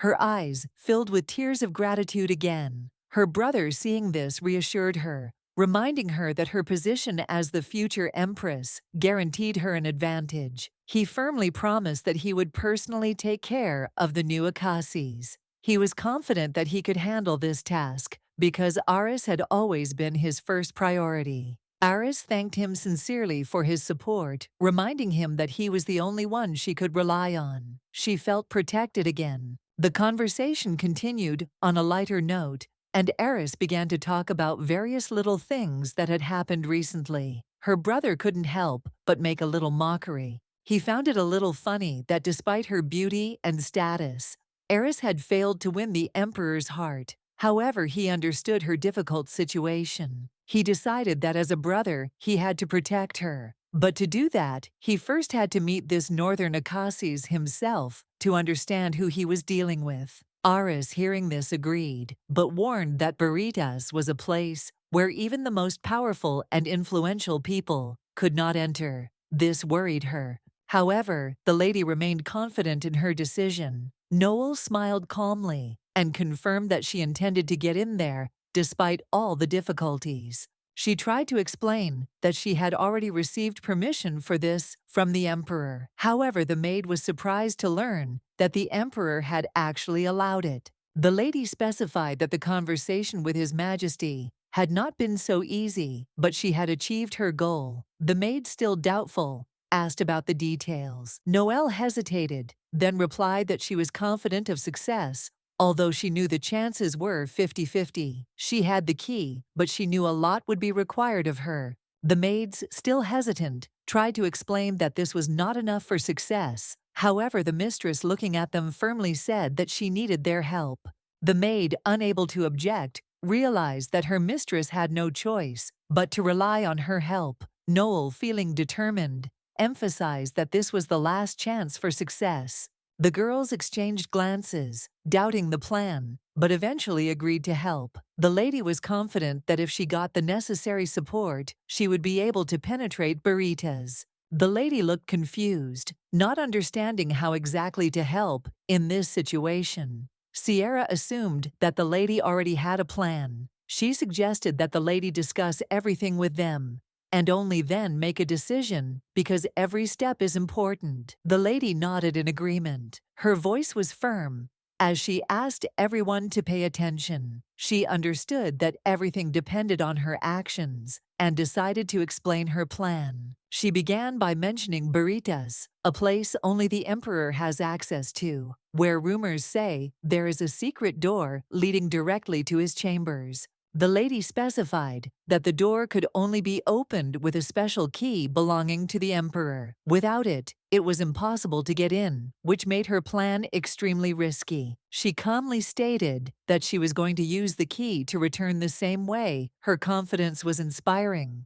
Despite the obvious dangers, everyone knew it was a risk, but no one dared to dissuade her. The maid anxiously reminded them that Baritas was guarded, and it was impossible to get through unnoticed. The mistress only nodded affirmatively, confirming that she was aware of this. However, the lady assured them that she knew a loophole, and that would give them a chance. She explained that despite the abundance of guards, there was one safe route that they used. Her confidence gave everyone hope, although no one knew how difficult it would be. 2 days later, the Emperor, immersed in his work, was puzzled by the number of documents lying before him. He felt irritated by the endless paper that literally filled his desk.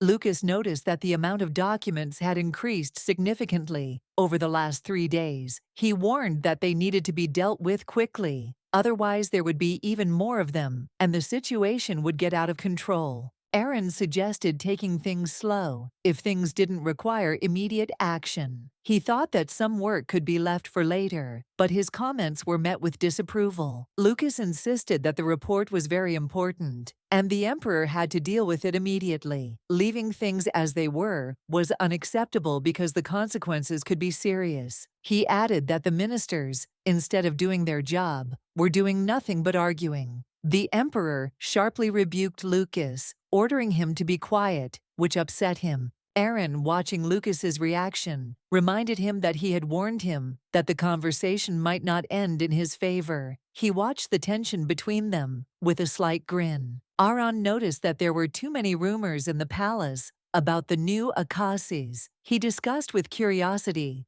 that recent events and the Emperor's visits had only fueled the interest of those around him. After returning from Suremnir, the rumors spread even more. This was not surprising, because everyone wanted to know the details, especially when it came to the emperor's personal life. People were not surprised or focused on it, because everyone knew that the emperor was currently going through a period of passionate marriage. However, some found a reason for discussion in these rumors. Aaron continued to tease the emperor, playfully hinting that he was attracted to the Acacias by feelings he expected the emperor to start cursing.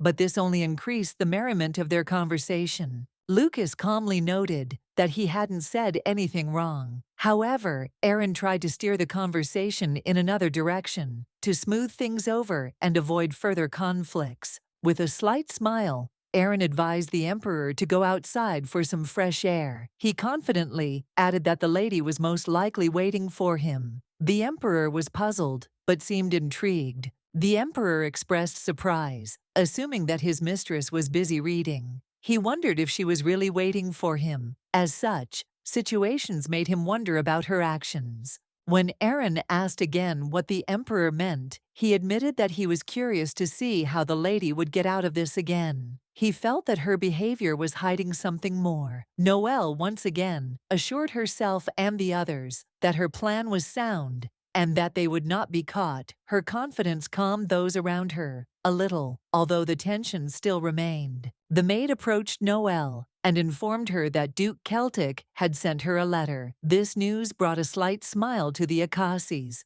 Letters from the Duke were always important to her and brought her a sense of security. Noelle thanked the maid for the timely message. She knew that Duke Sua Celtic was a trusted ally, and his words could be especially valuable at this moment. The maid sheepishly asked the Acacias not to call her Nanny anymore, but to address her simply by her first name. She felt uncomfortable with such a formal address. Noelle smiled and explained that the habit of calling her Nanny had been around for a long time. It was hard to unlearn, but she was truly grateful for the maid's loyalty and understanding. Sua, remembering her past at the Duke's estate, noticed how her life had changed. She noticed that the maid looked worn out, as if the hardships of the recent past had left a deep mark on her. The maid spoke wistfully of how cheerful and happy Noelle had been before she had entered the harem. Now her eyes seemed filled with a sadness that seemed to never leave her.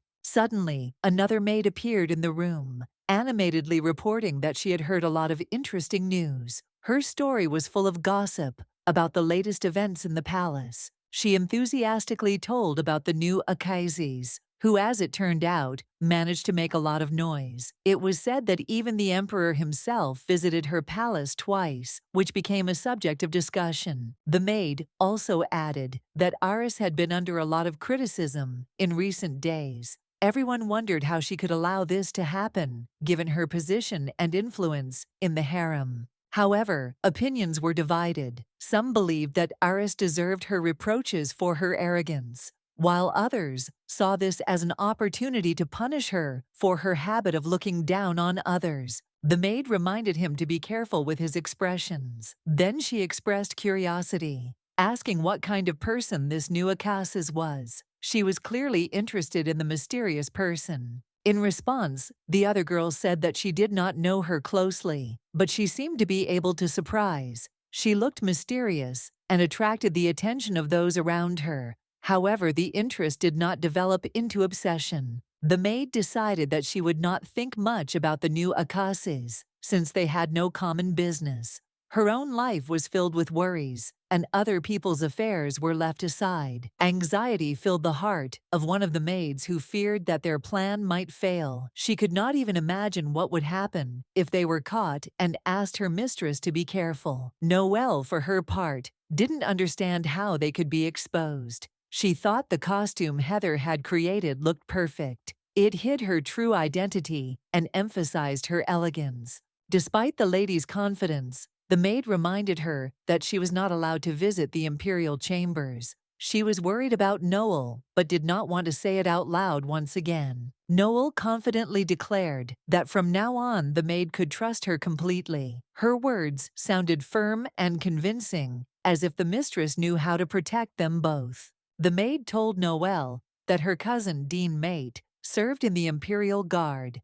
She introduced him as a reliable and loyal man, ready to help when needed. Noel, hearing this coldly, noted that she did not wish to meet him in person. She mentioned that, if necessary, even soporific perfume could be used, but later added that she was joking. The servant explained that she had spoken of this before, but the lady had apparently not heard. She assured her once again that she could be relied upon in such matters. Noelle smiled slightly after hearing the maid's explanation. It was still hard for her to imagine that her cousin, being part of the Imperial Guard, could somehow help in her plans. However, the maid sincerely believed that her brother was a person who could be trusted. She hoped that his participation would be useful, even if it took time to agree. Noel, looking thoughtfully at the maid, said that she believed her words, but still advised to be extremely careful, because even a small mistake could lead to undesirable consequences. Dila, without losing confidence, once again emphasized that everything was under control. She assured the mistress that her plan was reliable and that she could rely on her experience. The maid was determined and confident of success. Her brother knew this place very well, every corner, every path. Now, if Noel wanted to go somewhere, he would easily lead her there confidently, showing her the way. Noel, noticing the tension on his face, asked him carefully if he was okay. His answer was short and honest. He didn't think so at all. She tried to calm him down, reminding him that they had the keys and the debt given by His Majesty. With this, they would definitely be able to pass, because the key opens any door. He just sighed heavily and noted that he would simply have to say that it wasn't him who opened the door if questions suddenly arose. Noelle was stunned when she found herself in the library. The tall shelves, shining with ancient secrets, made her freeze in admiration. She now saw the place where the true treasures of the Empire were kept. All the historical records covering the past, present, and even the future. The history of the Empire, written down from ancient times. From the first day of its foundation to the reign of the current emperor. She couldn't believe her eyes. But her disappointment grew when it turned out that her goal was not here. She realized that she did not know where else to look for it. Suddenly, Noelle's gaze fell on the records of Tortilla. This was her home country. However, why was it so dirty? She supposed that this place was visited after all. Inspired by her determination, she remembered the deal she had made with the Emperor. Her thoughts returned once again to that fateful agreement. The Emperor, a descendant of the sun, God promised to restore Kairos to its former glory. His words conveyed confidence in a future golden age. But Noelle knew that the true purpose of the marriage was far from a peaceful agreement. The union served as a cover for wicked plans. The Emperor always wanted one thing: the fall of Tortilla. His intentions were obvious to those who could read between the lines. Noelle understood that conquering the northern territories was a long-standing dream of Kairos. It had been in his interests since time immemorial. Historical records confirmed that the feud between Kairos and Tortilla had lasted for centuries. Its roots went deep into the past. The only one who could temporarily stop this conflict was her father, Jade Nears. His name was written in golden letters in history. However, Jade's death was an opportunity for Kairos, and the Emperor Noelle suspected intended to take advantage of it. She didn't come here just like that. Her goal was revenge for her father. She couldn't forget his words and the ease with which he agreed to their deal. Even his actions, his deeds, including that night in her chambers, were saturated with his inconstancy. She no longer trusted him. Noel didn't expect anything special from him. She knew his promises were empty and tried not to entertain false hopes. She firmly reminded herself that she would not be his woman. She had spoken the words herself, and now they sounded in her head like a mantra. Suddenly, her thoughts were interrupted by footsteps. It was Aaron and Lucas walking towards her. Lucas noticed that the place seemed to be imbued with magic. The man wondered why previous generations had written so many books. Aaron joked that if he continued to complain, magic would simply disappear. It was a special place, closed to outsiders. Lucas was indignant when he was called a mere passerby. reminded that he was a general of the empire. Yuseniel tried to hide, but suddenly she felt someone's hand touch her face. Her heart sank, but she tried to identify who it was.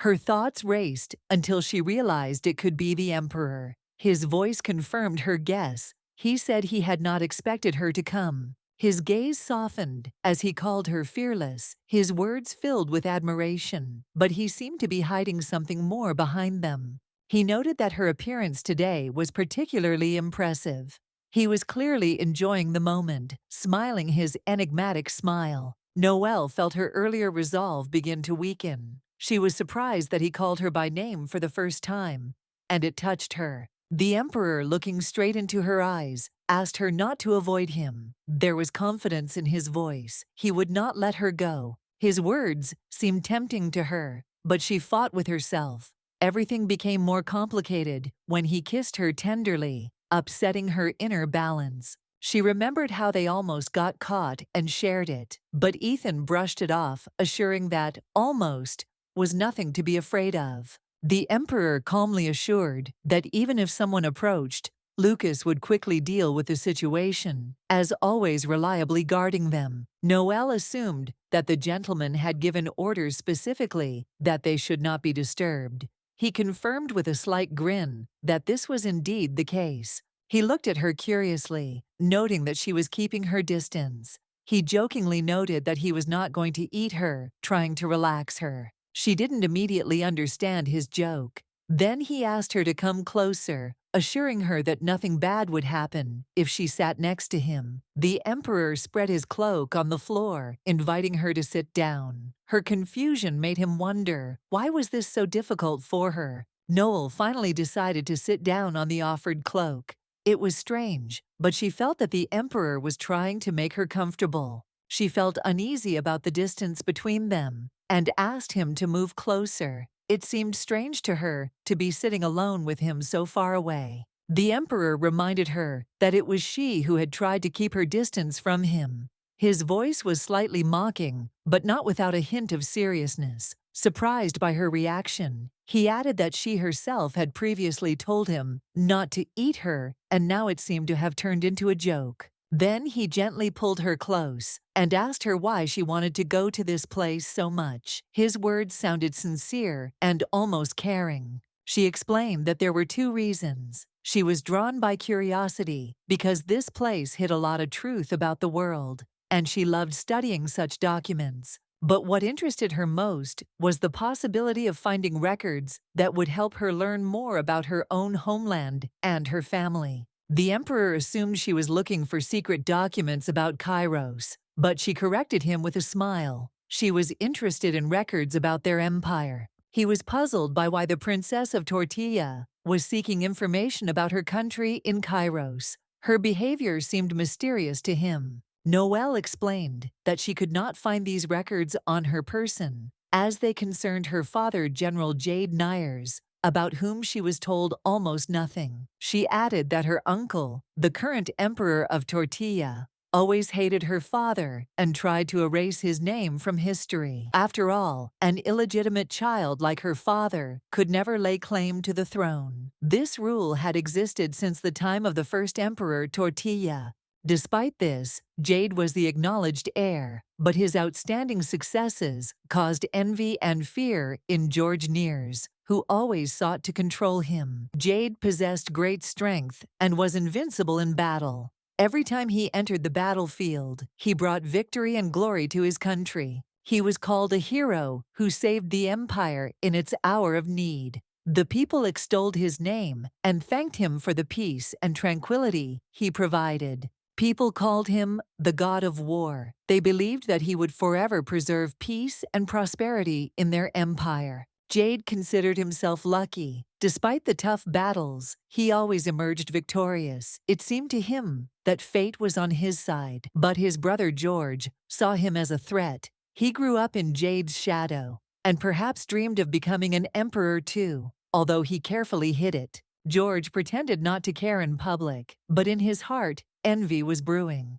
This became a warning to Jade of the danger to come. If George had wanted, he could have destroyed Jade because he was only half royal. This hidden prejudice always haunted him. When George realized that his envy of his brother was growing into a real threat, he began to act cautiously. Soon Jade, tired of the pressure, decided to leave the capital. Jade believed that living on the border would be safer for his family. He was confident that he could protect them from any threats being away from the palace intrigues. At the border, his life improved, his family began to adapt, and his daughter began to please him with her successes. It seemed that the difficulties were left behind, but their peaceful life was shattered when their location was revealed, giving their enemies a perfect opportunity to eliminate Jade. One fateful day, he was poisoned. The poison was added to the wine he was drinking. The murder was vilely planned, and Jade had no chance to escape. His death was the final part of George's plan, driven by his low self-esteem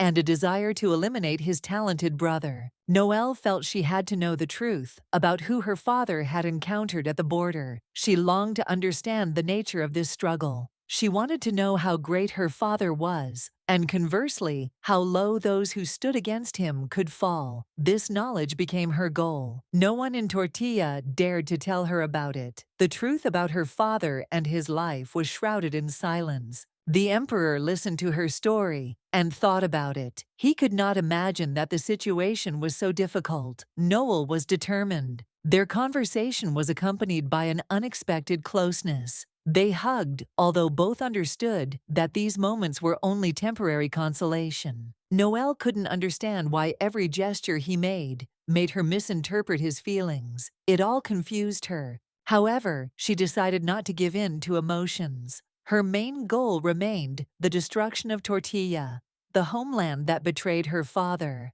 At this time, Lucas was deep in his thoughts. Aaron, noticing this, asked what this new nonsense was occupying his mind. Lucas, with a slight chuckle, replied that he was simply puzzled by His Majesty's gaze. His interest in this was more curiosity than anything important. Aaron didn't understand what Lucas was talking about. He shrugged and said that it was probably too complicated to understand. Soon, the meeting of all participants turned out to be unexpectedly fast. Aaron, looking at those around, advised Lucas not to delay further business. Lucas muttered in displeasure that he had his own reasons for delaying. Aaron just waved his hand, demanding to speed up. Time really did fly by. Equipment issues were sorted out, and soon everyone was ready for the next stage. Lucas decided to change the subject and asked if Aaron had calmed down. Then they moved on to discussing the situation on the northern border. Lucas assured that their expectations would be confirmed. Ivan himself was at the border, and with his help, the situation remained under control. At this time, the Emperor received a message. A new letter had been delivered to him. This was already the third message in a short time. The Emperor, having read it, noticed that Blin was warning not to rush, regardless of what was happening. However, this did not seem convincing to him. The Emperor knew that if he disobeyed the order, it would be considered treason, and he would immediately face the death sentence. But one thing gave him confidence. His younger brother was still on his side. The Emperor hoped that this time would be no exception. However, he was determined to act. Even if it was safer to stay here, he was ready to go. This statement shocked those around him. One of them thought that if he had known in advance how joyful the meeting would be, he would not have wasted time. Until now, if only he knew that meeting her was so easy. Her world seemed so close to him, and at the same time so far away. This is an appeal to Noel. Aaron thought that Tortilla was currently extremely weak. Back when Jade Nears was the country's protector, the situation was completely different, and their army was much stronger. Lucas agreed with this statement and asked what they were going to do in this situation. He could not understand what steps needed to be taken to change the situation. After the death of Jade Nears, Tortilla lost a third of its former territory, and the morale of their soldiers weakened significantly. The situation became critical, and they were now on the verge of disintegration. This opened up a unique opportunity for their empire. At that moment, the Emperor himself entered the room, ready to discuss further actions aimed at expanding Kairos's power. Jade Nears was once the protector of Tortilla, guarding its lands, including the vast and unexplored territories to the north. However, now that he is dead, all protection has collapsed. Tortilla was slowly falling apart and would soon become a barren wasteland, where a mighty nation had once been. The Kairos Empire could now take advantage of this. This was a great chance for Kairos to seize the northern lands, which were now in a vulnerable position, and which might soon find themselves defenseless against the empire. Noel noted that it was possible that they were talking about territory in the central city Teveros, although located to the north, was much further from Tortilla, which created additional complications. The emperor replied that it did not matter now. Noel reminded him that there was more to the north than Tortilla, and their country was not the only one that could pose a threat to Kairos.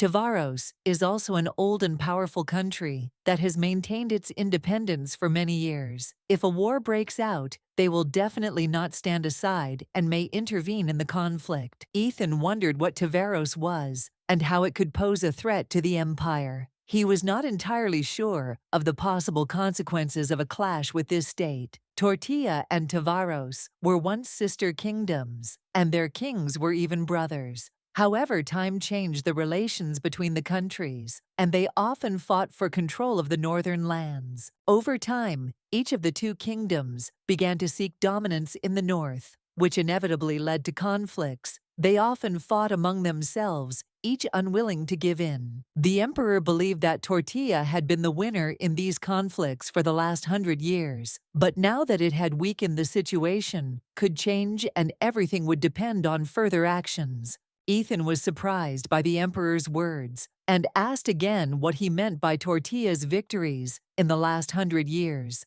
This moment was unexpected for him and required clarification. Noel confirmed that, like Tortilla, Teveros also experienced many ups and downs, and each of these events could affect its further development and relationships with other countries. The most significant event in the history of Teveros was the accession to the throne of a new king, who began to expand the territory of his country by force, which strengthened its position. This new king of Teveros used his power to expand the borders of his country, and this ensured Teveros the status of a country that had never been invaded in its long history. Ethan was amazed that Teveros was able to maintain its independence and not be attacked. A large mountain range, stretching from Tartani to Nasibi, surrounds this country. Ethan noted that Teveros had several similarities with Tortilla, which could also play a role in the event of a conflict between the two nations.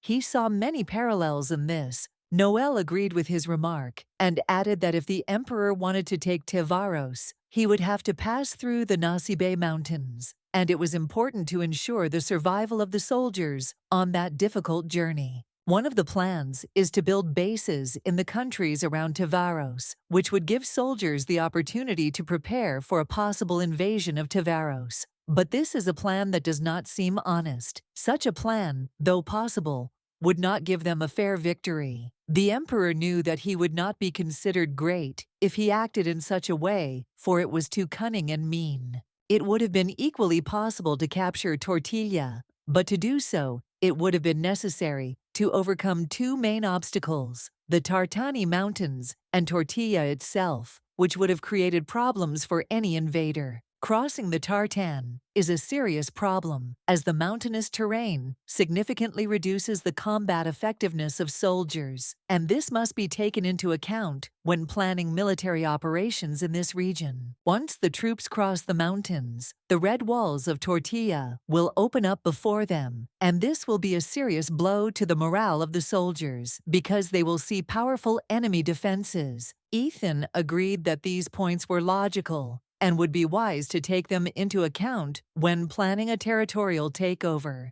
Noel noted that if the emperor used a different plan, then there would be no one left in the north who could resist his conquests, and he would be able to confidently seize these lands. The emperor finally decided to find out what this new plan that Noel had proposed was. He was interested in the details and wanted to hear specifics that would help him make decisions. If the emperor crosses the mountains into Tartania, his first enemy will be Tortilla, and in that case, he will need to prepare for serious resistance from the defenders of Tortilla. The plan proposed by Noel was to first take over the less powerful countries located near Tortilla, which would allow Kairos to strengthen his position before a possible attack on Tortilla. The Kairos Empire is known for its strength, and if they can get through these countries and maintain their strength, they can likely defeat Tortilla without significant loss of troops and resources. The emperor thought about this proposal, realizing that if he followed this plan, his dream, the long-awaited conquest of the North, could become a reality. Noel was surprised that her plan had such a strong impact on the emperor and could not believe that her ideas would actually help in achieving his goals.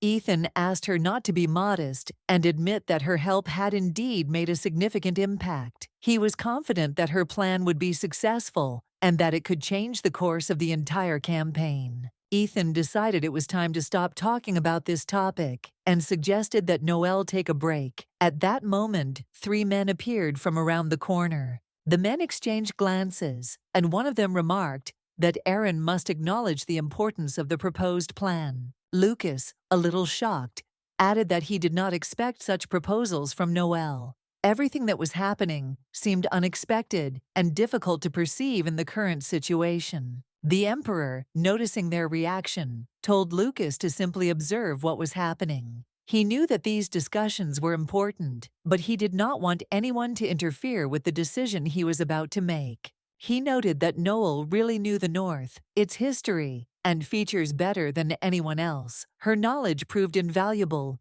in developing further strategy. Lucas couldn't help but agree with that statement, especially given her deep knowledge of Tartan and other countries. They forgot to mention such as Taveros, which they would also have to face. Lucas wondered why their assistants had remained silent until now, because he was sure they must have been surprised. He had expected the reaction to be more active and obvious. Aaron explained that this was not a question to be rushed. Noel knew the North from the inside, and so she certainly knew more than they did, which gave her a unique advantage in this matter. However, he also noted that the plan, although well thought out, is still dangerous. There is a risk that everything may not go according to plan, and they will have to face unpredictable consequences. Lucas told Aaron to watch his words, because he might think Lady was a spy. Noel was a loyal ally, and such suspicions could be dangerous for their relationship. Lucas noted that this was simply his opinion, and Akasa's was His Majesty's woman. Aaron didn't quite understand what was going on, and decided to ask if anyone could guarantee that the woman next to the emperor wasn't a spy. He wasn't sure of her intentions. He stressed the importance of caution, reminding that one should not be overly trusting in such situations. One should pay attention to every step to avoid unexpected consequences. Lucas did not think the situation was related to espionage, but the third man agreed with Aaronim, believing that one could not be too sure. Attention had to be paid to every nuance. However, they all acknowledged that the emperor had chosen this woman himself, and that was the important point. They had a duty to support his decision, regardless of their doubts. They followed the emperor's decision with complete confidence. His Majesty's decisions were always correct, and everyone was obliged to believe in them, despite their inner doubts. Aaron was still worried, and said that although the emperor's decisions seemed right, they still had to be careful, because not everything was always as simple as it seemed at first glance. This behavior of His Majesty seemed unusual to him, and Aaron continued to feel wary. Something was wrong with what was happening, and this thought did not give him peace. Noel wiped the paper with her pen, crossing out what she had just heard, and said that it was all wrong. Everything that was happening was not as she had originally thought. She told the emperor to get rid of all the lies that were going on around him. It was all lies, and she needed to put an end to all the manipulation and misunderstandings. She mentioned that the western part of Tartani was home to the Kinko, and that here were the Bethguks, but that wasn't quite true either. All of those statements were wrong, and she felt like something didn't add up. The emperor ended the conversation, declaring that it was enough for today, but Noelle didn't understand why it ended there. She continued to wonder what the hidden meanings were behind his words. Ethan knew she wanted to help and told her she needed to focus. He remembered her words about being willing to support him in taking the north, but she shouldn't be so careless now. Noelle was a little confused. She had forgotten something important during these few days, and now she was at a loss. She could not understand what exactly she had missed in what was happening around her. He said that if she didn't remember, that was actually kind of sweet, but Noelle couldn't figure out what he meant. She kept thinking about her actions and what she might have forgotten. Noelle tried to stop the emperor, saying that she just wanted to be his servant, not his woman. She had no other intentions, and that was the most important thing to her. Ethan knew this, and so he tried to act serious and reserved. He did not allow himself to show too much emotion, realizing the importance of their relationship and their role in the political game. So, the Molb family, it was decided, would take on the responsibility of building a canal in the Nike area. It was an important task and would require a lot of effort to complete.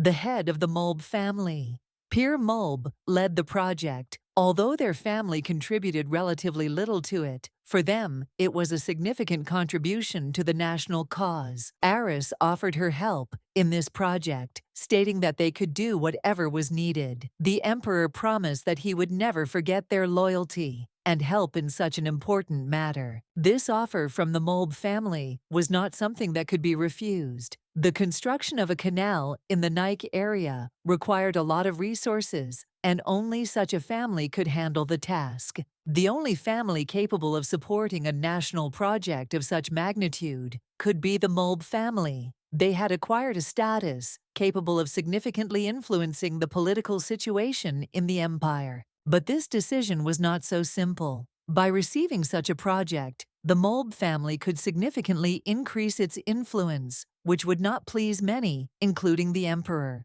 The Molb family had ambitions. If they were to gain control of the national project, they would try to find a way to seize power in Kairos, and in the end, Eris could become queen. The emperor knew he had to be stopped, and he was confident he could find a way to stop the Molb family from expanding their influence. This was an important part of his strategic plan. Ethan was very surprised when he met Noelle.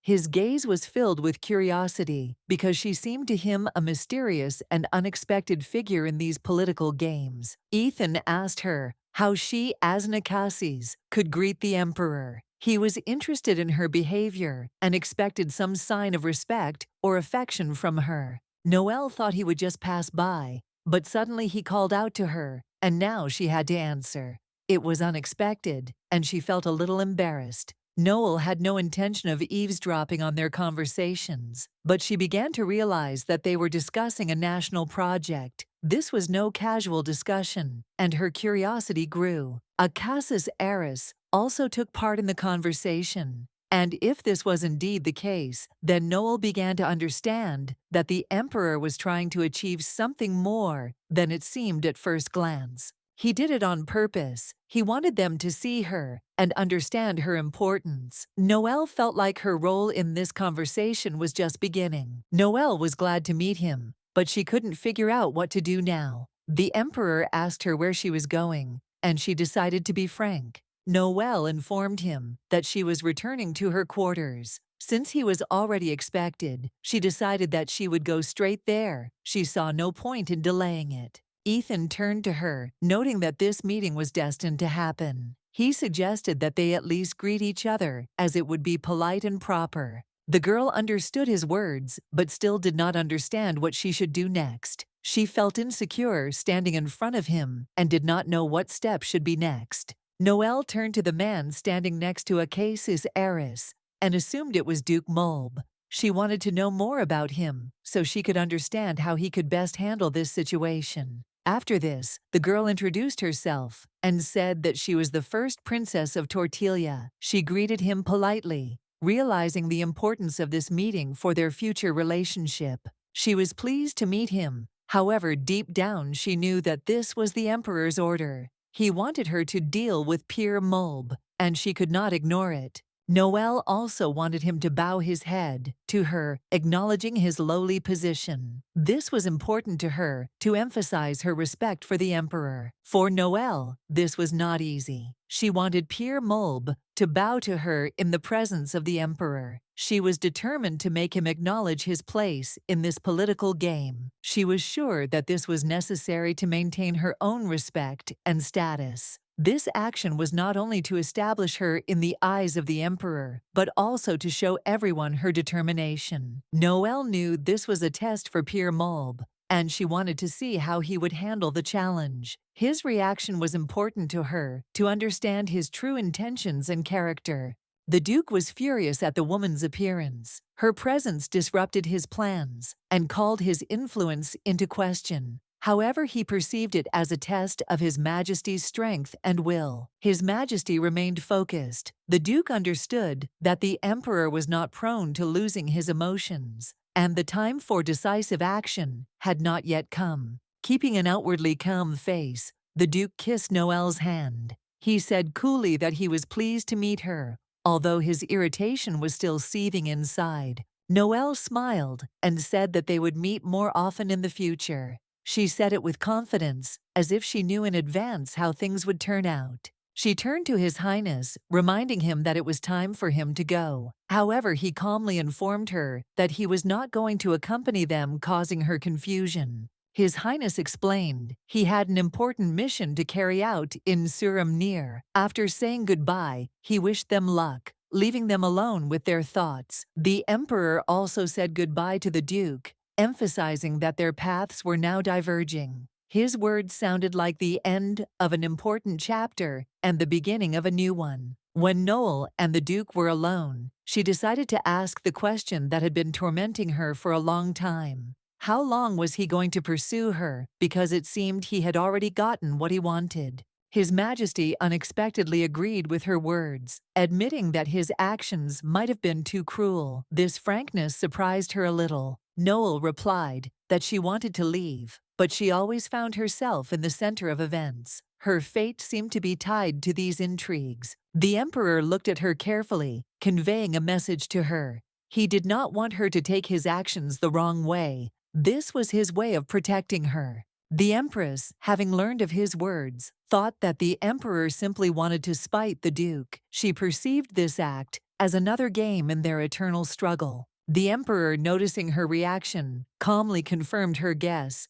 but then suddenly pulled Noel closer, as if demonstrating his power. He reminded her that despite the customs of Kairos, her origins still mattered. She was a princess, and that should not be forgotten. The Emperor knew that she understood the Duke's influence. However, he noted that the harem was growing every day, and with it the intrigues were growing. Noel remained proud and confident. Any other woman would have bowed her head before His Majesty long ago, but she carried herself with a dignity that attracted him. This was the kind of empress he needed. Deep down he wondered, could Noel really take this place? He asked her directly, does she want power, privileges, and everything that her position gives? This question sounded more like a test. Noel firmly replied that she was not interested. Then the Emperor asked, did she really not care if someone else became his partner? To this Noel replied that she was only concerned about one thing, that this partner would not be a casus aris. Her voice was firm and uncompromising. The Emperor agreed with her position. Eris was indeed not suited for this role,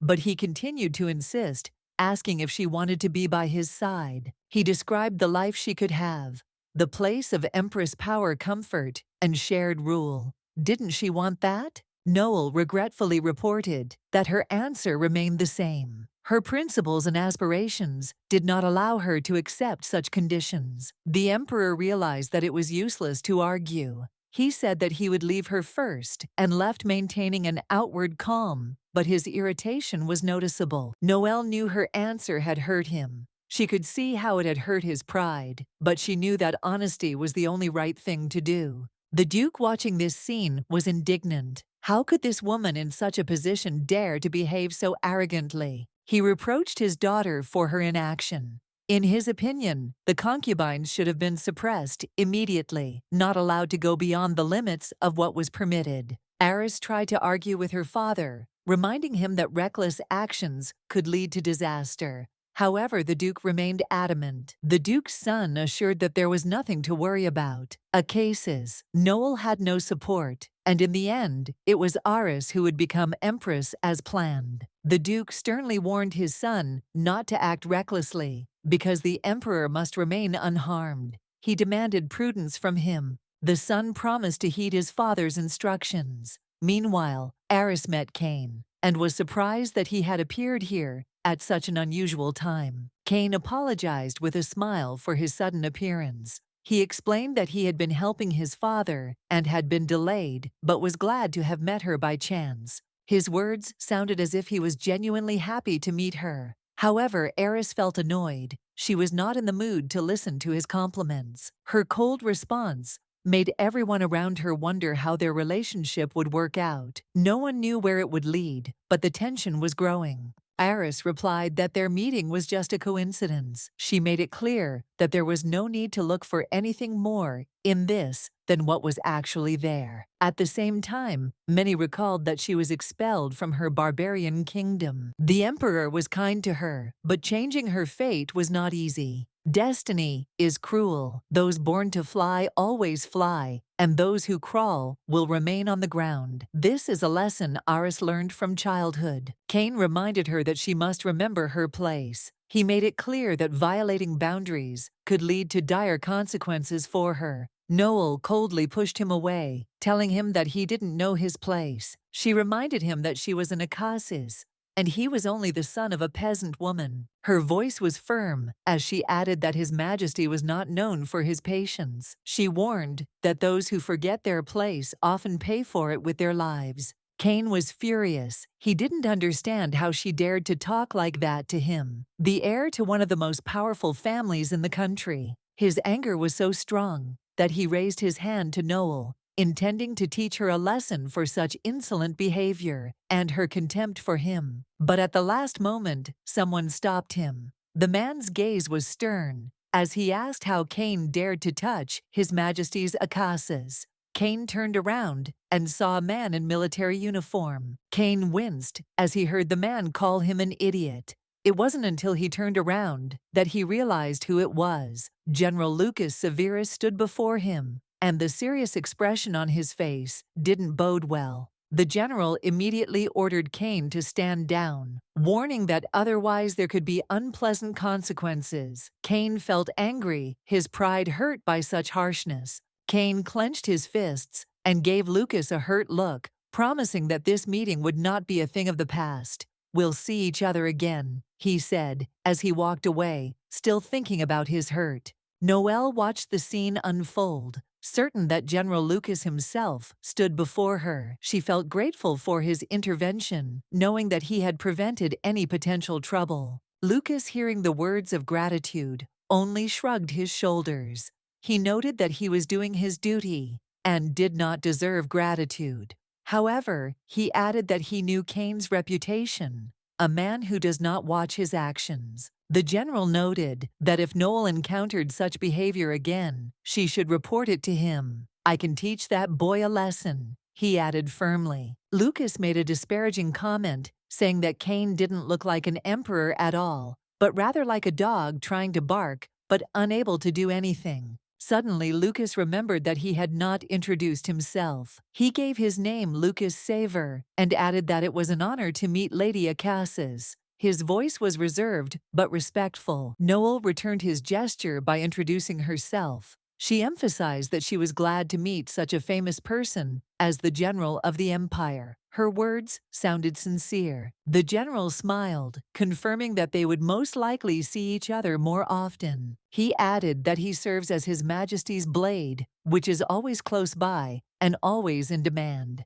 Noel was surprised by this expression. She remembered that she had asked the Emperor about Lucas earlier. He had described the general as a loyal servant, a blade that would never betray its owner. The Emperor said that Lucas was a man who could be completely trusted. That is why such an important position was given to him. His loyalty and devotion were beyond doubt. Noelle mused that if her father had had a subordinate like Lucas, things might have turned out differently. Her family had never had such reliable people. She understood that the emperor was counting on the general and asked Lucas to do everything possible to continue to protect His Majesty. Her voice was filled with respect. Lucas, hearing Noelle's words, decided to respond with the same sincerity. He vowed to be faithful to her as well. However, the emperor began to wonder about her intentions. He became curious about why she was acting so strangely and what exactly was driving her to do such things. He was bothered by her categoricalness. She herself said that she did not want to be his woman, and this confused him. Perhaps he was too hasty in his conclusions. Previously, Ethan considered Noel a person who did not know how to behave in society. As a princess of another country, she dared to enter the imperial palace and yet remained unwavering. However, despite her coldness, he increasingly remembered her red eyes, which fascinated him. The longer he watched her, the more she became desirable to him. He realized that her distance was making him lose control of himself. Her words about refusing to be with him only fueled his desire to get to know her better. Noel, in turn, thought about the emperor, considering him a fool. A week had already passed, and he had not even tried to find her, although he left such loud words. During this time, she realized that it was impossible to leave the imperial palace without the emperor's permission. If Ethan did not come for her, she would remain locked here. The emperor's words that he would find her himself seemed like an empty cliché to her. Noel understood that life in the palace required patience and a certain amount of effort from her. She thought about her dream of becoming an empress.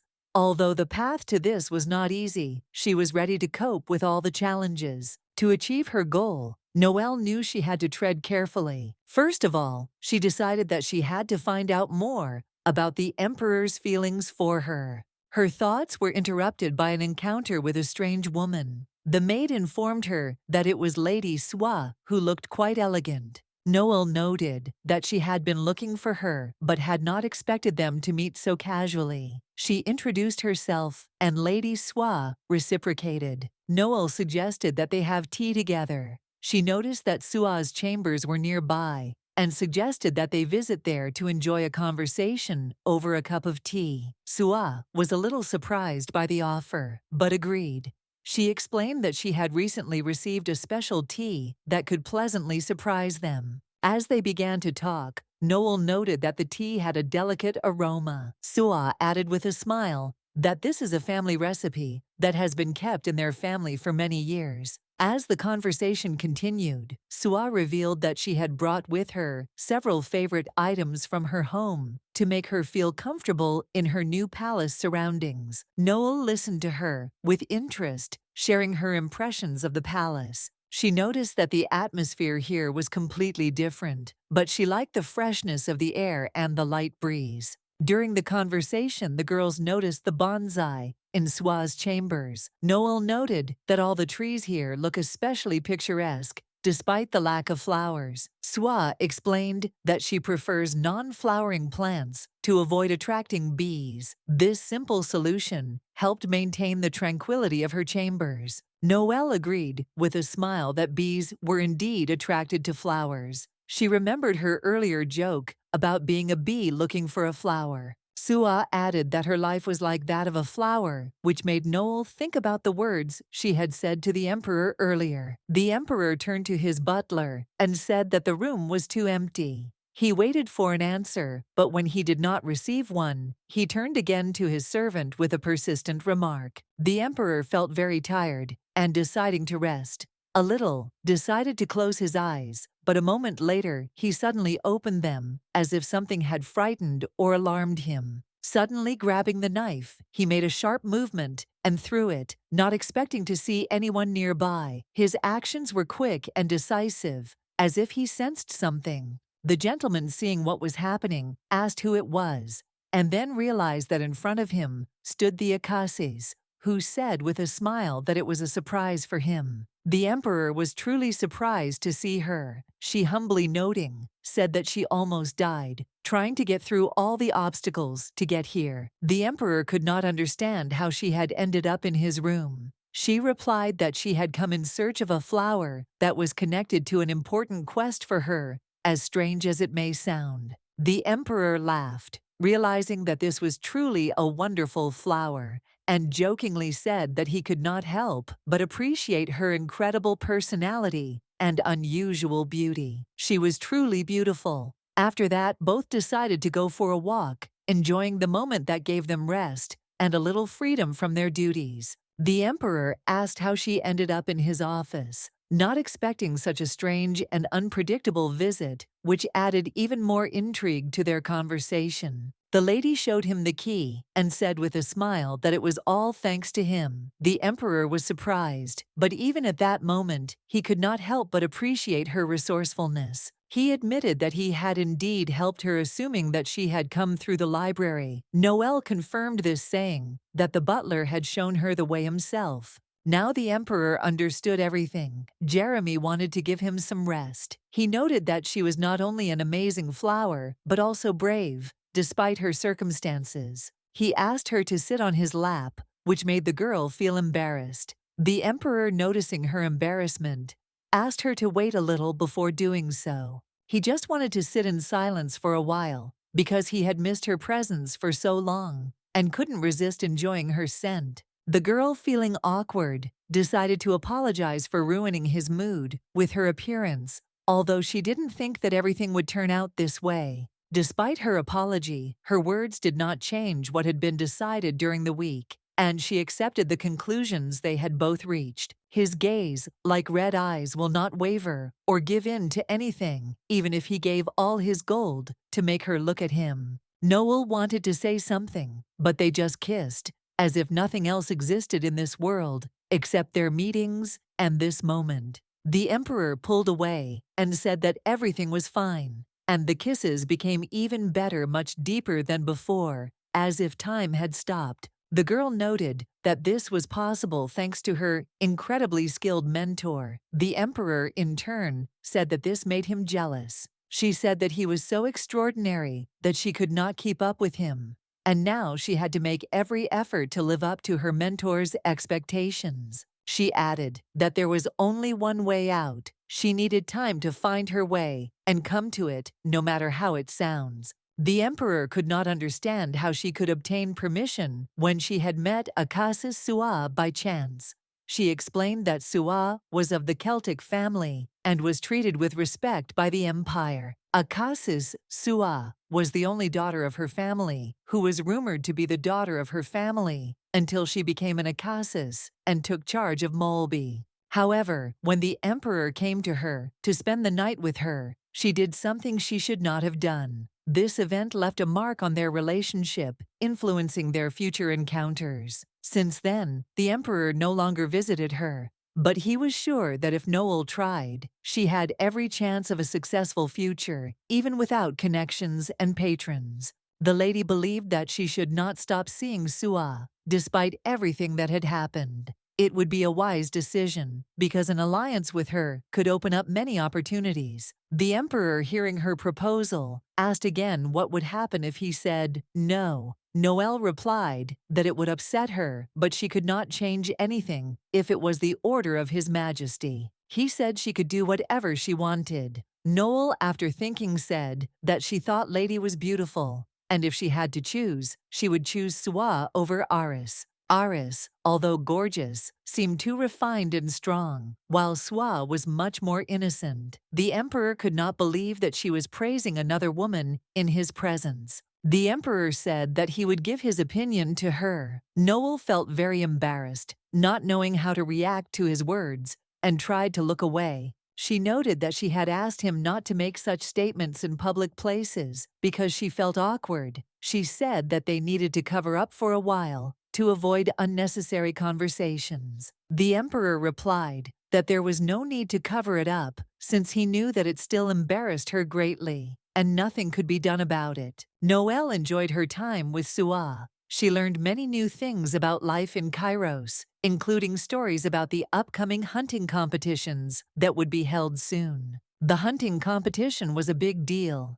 and rumors said it was coming soon. It was on everyone's lips, and Noelle listened with interest to the details of the event. Previously, she often rode a horse to meet guests, which was her tradition. She knew how to handle horses and was always happy to meet them. The gentleman suggested that they go to the competition together, not thinking that it would be hard for her. He wanted to support her, but she refused, thinking that he might not like it. Noelle replied that she thought he wouldn't like her participation and that it was enough for her to get back on a horse after such a long break. She said her homeland is known for horse riding, where people tame and ride wild horses, which was part of her cultural tradition and skills. The emperor said that he knew about it very well. She even said that her first horse was small and cute. Like Noelle herself, this horse grew up with her. Its name was Momo. Noelle surprised him by telling him that she had chosen the horse herself at the horse market, where she had gone with her father to choose a suitable horse for her first riding lessons.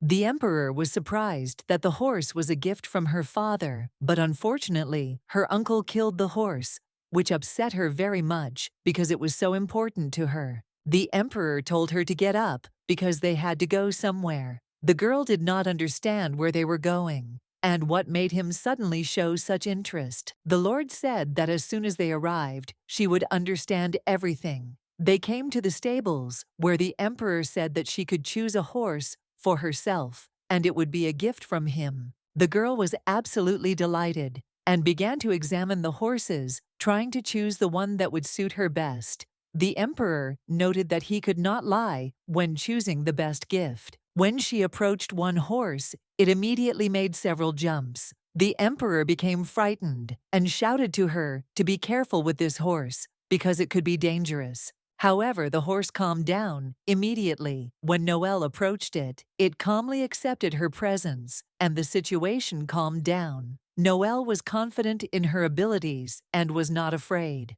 Noelle said that the horse was incredibly good and that there was no doubt that it would become famous. She was sure that this horse could become her faithful companion in the future. The girl said that she chose this particular horse. The emperor was stunned by her decision because no one had been able to tame this horse before. The horse that no human could tame gave in to Noelle when she simply walked up to it and began to interact with it calmly. It seemed incredible. The emperor said that the horse's name was Laya, which means red earth. He offered Noelle a pet, and she happily accepted the gesture. Noelle thanked him with a shy smile for such a generous gift. She felt special to receive such a unique horse from the emperor. Already on the day of the hunting competition, Lucas noticed that this year, all the participants were well prepared. The atmosphere was tense because everyone was expecting a spectacular spectacle. At the competition, they saw Mrs. Noelle sitting on a horse. Everyone noticed that she looked confident and beautiful, unlike the other participants who seemed less prepared. Lucas was very surprised that the horse the lady was riding was Leah. This was the same horse that even he could not tame, and now she obeyed Noelle. He was stunned. It was impossible for Lucas to understand how Noelle could tame such a wild horse. Many had tried and failed. It was truly an unusual case. The gentleman said that all this happened because she was the princess of Tortilla. However, Ilya, although he seemed cruel, was much more ferocious than the wildest horse. The emperor proposed a hunting contest, and everyone began to prepare for the race. The tension was building, and everyone was determined to win, including Noelle, who seemed like a worthy competitor. Full speed ahead. The emperor was ready for a good competition, and his entire team was also ready for victory. Everyone was expecting a spectacle that would surprise and delight. In the tent, Eris Kane considered the situation thoughtfully. He believed that he needed to stop Ms. Noelle from advancing any further before she could gain a strong position in the competition. The sister asked him again what he was talking about, not understanding his intentions. She reminded him that His Highness was also participating in the competition and could influence the outcome. The boy was sure that he wouldn't hurt anyone if he acted decisively. He was ready to fulfill his role and was even ready to do everything to prevent Noel from going further. The girl trusted only her brother and promised to cover for him if necessary. She insisted that he make sure that Madame Noel no longer appeared in the palace. The boy reassured her, saying that there was no need to worry. He promised to convey the orders to the knight as soon as the signal for action was given, and everything should go without delay. The prince was astonished to learn that his brother had come hunting so early. It was unexpected, but he knew that everything had to happen this way. The younger brother didn't understand why the market was almost empty. He assumed that most people had come to see the woman who was rumored. The boy was surprised and asked again what woman they were talking about. He heard that they were talking about the red-haired Akasis, who was quite famous among the inhabitants of Kairos. It was a woman, originally from Tortilla. Red hair was a rarity among the inhabitants of Kairos, and such people always attracted attention. There were rumors that she was the emperor's favorite, which even the servants knew. Everyone was talking about it, and this only increased the interest in her personality. The younger brother was surprised to learn that the emperor and therefore his brother had a favorite. This changed many things in the eyes of those around him.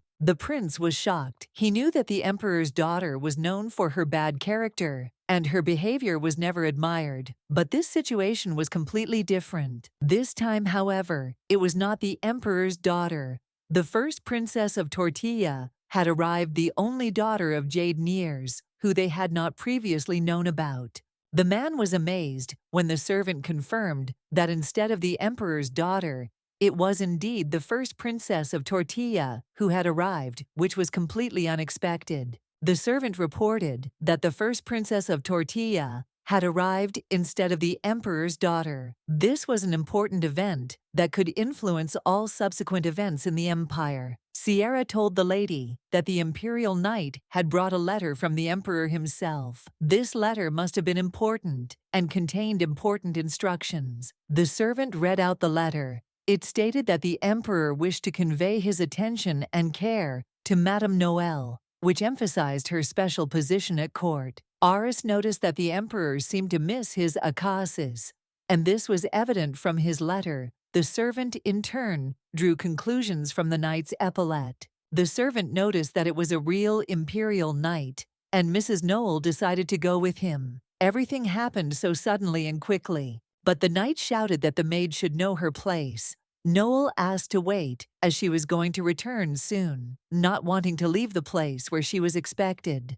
The servants agreed that no one would dare to impersonate the emperor. This was treason, and those who remained silent were to be punished as much as those who impersonated the emperor. Aris, perplexed, could not understand who could pretend to be the emperor, but everyone had to treat his love with caution, because such things undermine trust. The lady noticed that they would soon see the boots and said that they had to go. She asked the knight to take her, and she was already preparing for the unknown journey. Aris wished her luck on her journey. The lady, realizing the seriousness of the situation, noticed that they were going the wrong way. She felt that something was wrong, but she could not figure out what it was. The knight confidently replied that they were going in the right direction, but soon they surrounded her with swords.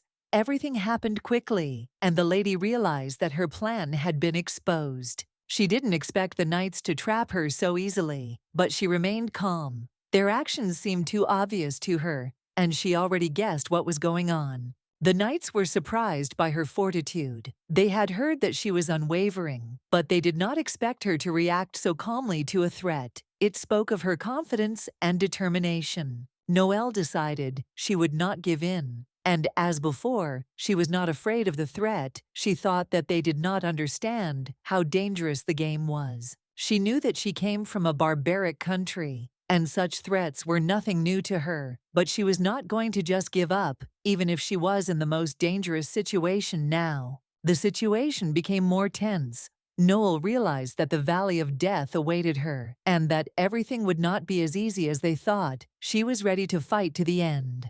"I don't think you realize how serious your mistake is," Noelle said with confidence. She felt the tension rising and was prepared for any consequences. In response to their threats, Noelle took out a knife and tore off part of her skirt, showing her determination. She knew it could be risky, but she felt she had to act boldly. The knight informed His Highness that Madame Noelle had been absent for more than an hour. The Emperor ordered Carlson to tell her in more detail. An hour ago, a letter from His Majesty was brought, and she went alone to meet him. It was strange, so later she followed the lady and found the lady's horse tied up at the edge of the forest. He asked which part of the forest she was heading towards. The knight only pointed out the direction she was going. The Emperor ordered Lucas to prepare immediately, and he was immediately ready to accept his instructions without wasting time on thinking. His actions were quick and precise. The Emperor gave orders to take Freck with him, and they would set out in search of Akasis, determined to quickly and efficiently complete the important task that had been set before them. After they left the palace, they headed into the forest. Ivan noticed that the situation did not look like a normal hunting competition, which made him wary. Everything looked strange. Something unexpected must have happened, because the forest was silent. Suddenly, they saw Freck, and everyone began to wonder what could have happened and what awaited them. The man was very surprised when he saw Emperor Ivan himself. It was completely unexpected, and he tried to understand what exactly was happening at that moment. While the bodyguard was treating Freck, it turned out that Akasis had gone missing. They were tasked with finding her, which further complicated the situation and presented them with an important task.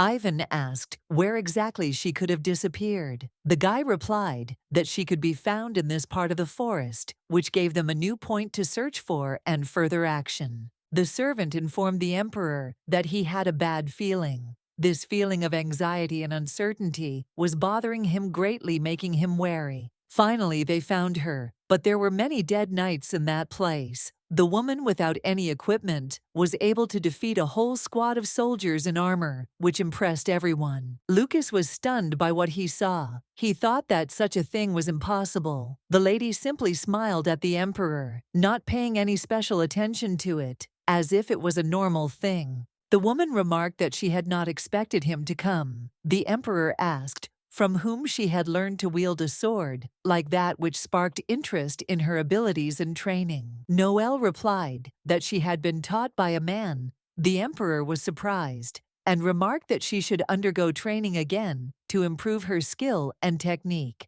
Her arm was damaged due to improper use of techniques, which worried the Emperor, who noted that this could become a serious problem for her in the future. Noelle, not paying attention to the blood and what was happening around her, calmly continued to fight. She did not care, and she did not feel any regret for her actions. Everyone was annoyed that she remained calm and did not react to what was happening. She dealt with the mercenaries on her own, without needing outside help. What she really feared was how he would look at her, as he did at others. With disgust, this thought tormented her, and she feared his judgment. The Emperor could not understand how she could show her legs to others. He felt that she needed protection and put his coat on her to hide her flaws. But none of his actions came from disgust or comfort. As one might think, his behavior was rather bold and decisive, reflecting his desire to protect her. The girl explained that she felt uncomfortable moving, so she did it. It was her way of coping with the situation, and she was again met with the same attitude. She admitted that when her life was in danger, she could not remain simple. At that moment, she felt relief, realizing that her actions were justified. The Emperor said that he did not like it when she was harmed without his knowledge.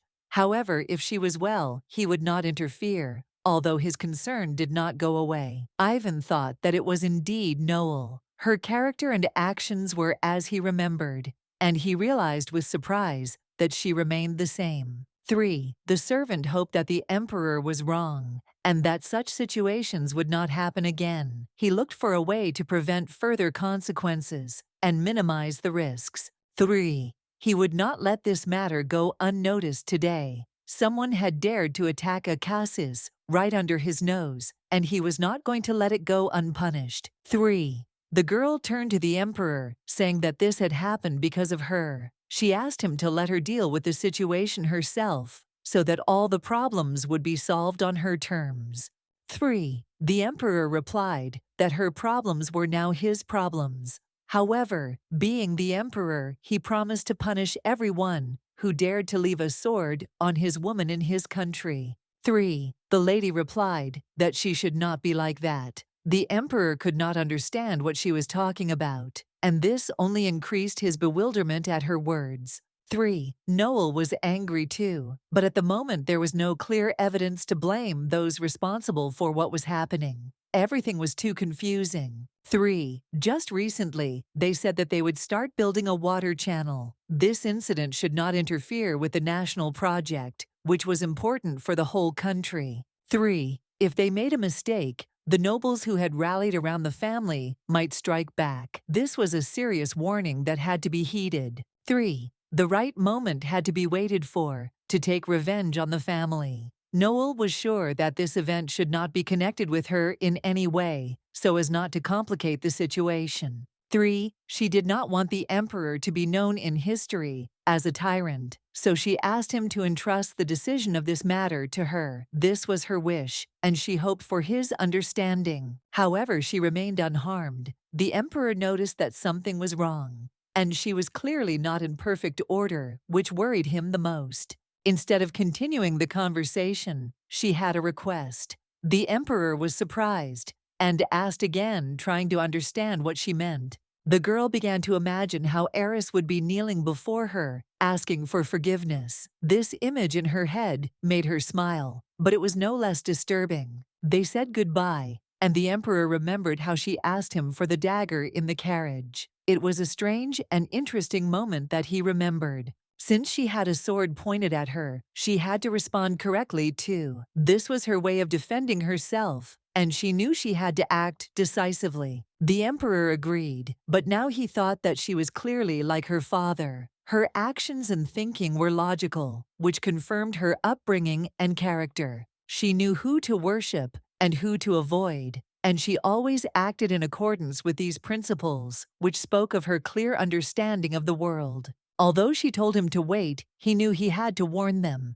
It was important to not miss the chance to intervene in time. When they arrived at the scene, Aaron informed the emperor that Akasis had instructed him to cover up the matter. This was new information that made the task more difficult. The emperor grabbed a spear and threw it at the man. He did not understand what was happening, but was ready to listen to his instructions and understand the situation. The gentleman said that one must know when to stop and that there would be no second chance. He gave a clear warning that the boy remembered promising not to make any more mistakes. He told Cain this, and the boy promised he would remember this lesson. It was an important reminder for anyone who dealt with the emperor. At the feast, Noel pulled out a dagger. Eris was very frightened by this gesture, realizing that the situation had seriously escalated and everything could end unpleasantly. The girl started asking what she was doing. Noel put her on her knees, clearly showing who was in charge and that she was ready to act decisively. She noted that Eris didn't seem to know how skilled the barbarian woman was with a knife. This was important to understand how dangerous she could be. Eris, realizing her mistake, began to beg for mercy. She was ready to admit her guilt, hoping that her life would be spared. Noel was surprised that Eris realized what she had done wrong. It showed that she was capable of taking responsibility for her actions. Eris said, in a trembling voice, that she had done everything right and asked Noel to put the knife away. She hoped that everything would end peacefully without further complications. Noel remarked that she thought she could kill her using mercenaries. Eris denied this, claiming that there had been a mistake and that she was not involved. Noel asked her to listen carefully. If Eris wanted to kill her, she should take the sword and finish the job. But if not, it was better not to try. She warned that if Eris tried to do anything again, it would not go without consequences. Every action she took would be strictly assessed. She allowed the tea party to continue, deciding that it was time to stop there. Then she left the room, leaving everyone in the shadow of uncertainty. The knight asked the lady if everything was okay. Noel replied that she was fine. She was just a little tired, but there were no serious consequences. The maid informed her that she had a bath ready for her. Noel thanked her, relieved that she would be able to rest a little after everything she had been through. She sank into the water, trying to relax. It seemed that the smell of blood no longer haunted her, and she could calm down a little after the events she had experienced. Her skin became red, and she decided to go out, as it had been about an hour. This was necessary to tidy herself up and freshen up. She asked the maid to bring her a dress, but no one answered her, which surprised her, as she did not expect her request to be ignored. At that moment, the Emperor came out of the darkness. Noel, seeing him, screamed and asked what he was doing here, not expecting him to appear in this place. The Emperor said that she herself had asked for the dress to be brought. This was his explanation, but it did not satisfy her, and she could not understand why he had come. Noel asked if he really came here only for that reason. The gentleman replied that of course not, that his visit had a completely different purpose. Inquiring, she asked why he had come. The Emperor asked in surprise whether she really did not understand the reasons for his actions. He picked her up and carried her into the room. Noel thought that he had finished the hunting competition and could now devote his attention to more personal matters. The Emperor said that he was almost done with the competition. Noel asked who had won, trying to find out the details of the event that had just ended and the outcome of the hunt. Ethan asked her what she thought. He suggested that perhaps he was the one who had won, poking fun at her expectations and cryptic hints. Noel asked if he was hurt. The Emperor replied that she should have asked her since she was the one in danger. When he pulled her dress down a little to examine her wounds, she became very embarrassed. It was an unpleasant moment that made her feel awkward. He wanted to make sure she was okay. That was his concern, and he wanted to make sure she was not hurt by checking her condition with his own eyes. He noticed the bruise and kissed it. It was his way of showing concern and affection, although she couldn't understand why he did it. Noel said it was just a light blow and she had some other scratches. She tried to minimize the significance of what happened so as not to worry him. She also had injuries on her legs, and she felt embarrassed when he kissed her wounds. It was awkward for her and made her feel uncomfortable. The Emperor told her to relax and not to worry. He asked if she had expected anything different, which made her feel confused and embarrassed. He began to kiss her with passion, and the girl could not hold back her heavy breaths. Her body reacted to his touches. Each of his touches seemed to penetrate her soul. The Emperor, seeing her confusion, asked her not to allow anyone but him to leave marks on her body, protecting her from strangers' touches. Only he could leave marks on her skin. Every touch had to be special. But despite his desire, she asked him to stop. The gentleman was delighted by her complex nature and said that she was incredible, after which they kissed again, as if for a moment forgetting about everything around them. He turned to her, offering her a choice: stop or continue. It was difficult to understand what she was choosing, but her eyes said more than words. There was passion in her gaze, and her body radiated hot waves of excitement, not hiding its desire. Each of her movements was filled with strength and readiness. He could achieve everything with one word: the strict and majestic Emperor of Kairos. With his authority, he could overcome any obstacle, but only with her consent. Knowing that he was waiting for her answer changed her mood. The anger and thirst for revenge were gone, replaced by new feelings. She told him to continue. She let him do whatever he wanted with her, so he carefully laid her down on the bed, feeling her surrender to this moment. The gentleman began to undress. His words were firm. Now she will not be able to escape everything that happens. She must experience here with him. Noel covered her body with her arms, trying to protect herself, but he asked her in a soft, insistent tone to look at him without looking away. The girl felt that it was unfair because she could not afford anything, did not understand what was happening, and had no control over the situation. She felt as if she was losing this fight, but the emperor noted that it was not yet clear who was actually losing. He, too, is limited in his actions. He cannot allow himself everything he wants. He took her hand and placed it on his chest, feeling her heart. He had never been so vulnerable, and now for the last time, he asked her permission to continue waiting for her clear answer. His Majesty pronounced her name without leaving any room for doubt. The sound of the word was filled with respect and attention. She explained that in Tortilla, when people of the opposite sex call each other by name, it means they have become lovers. She wondered why he addressed her by name every time. It was always new to her, unfamiliar but not unpleasant. It wasn't that she didn't like it, but the very thought of him calling her by name somehow stirred her feelings, creating a new response. She tried to resist, tried to push him away, but in the end it was useless. Her strength was on his side at that moment. This was her man, her emperor, her lover, and there was no doubt about it. She was ready to acknowledge his power and her affection. In the morning, she woke up and noticed that His Majesty was not around. She thought that he had already left, and only the silence around her spoke of this. Her back ached from the awkward position, and she wondered if he had done his business and left her once his desire had been satisfied.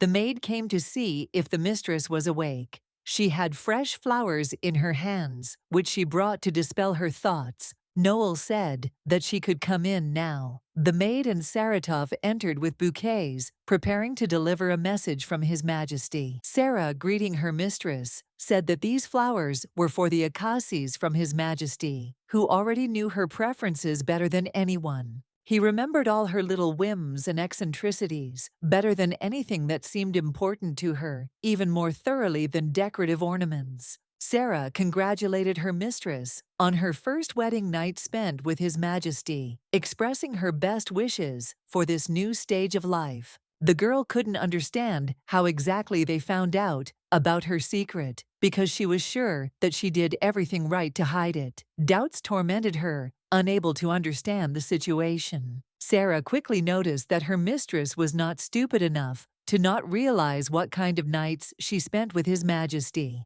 It was obvious to everyone around her, but not everyone discussed it openly. The lady felt a little embarrassed, and her cheeks flushed with awkwardness. The palace was full of life, where bustle and passion reigned, especially in those places where future heirs could be born. Noel thought that all these rumors meant one thing. The palace was engulfed in this question, because its inhabitants were very concerned about her relationship with the emperor, which became obvious even from their attention. Since she first heard about it from the head maid, it confirmed that rumors were indeed spreading. Everything fell into place, and she realized how noticeable she was here. But fortunately, this information did not go beyond her palace, and she could be sure that her entourage was chosen correctly. This gave her some peace in this tense situation. That's why she decided that she would be grateful to her loyal servants for their support and keeping secrets. She understood that their loyalty was the most important thing for her at the moment.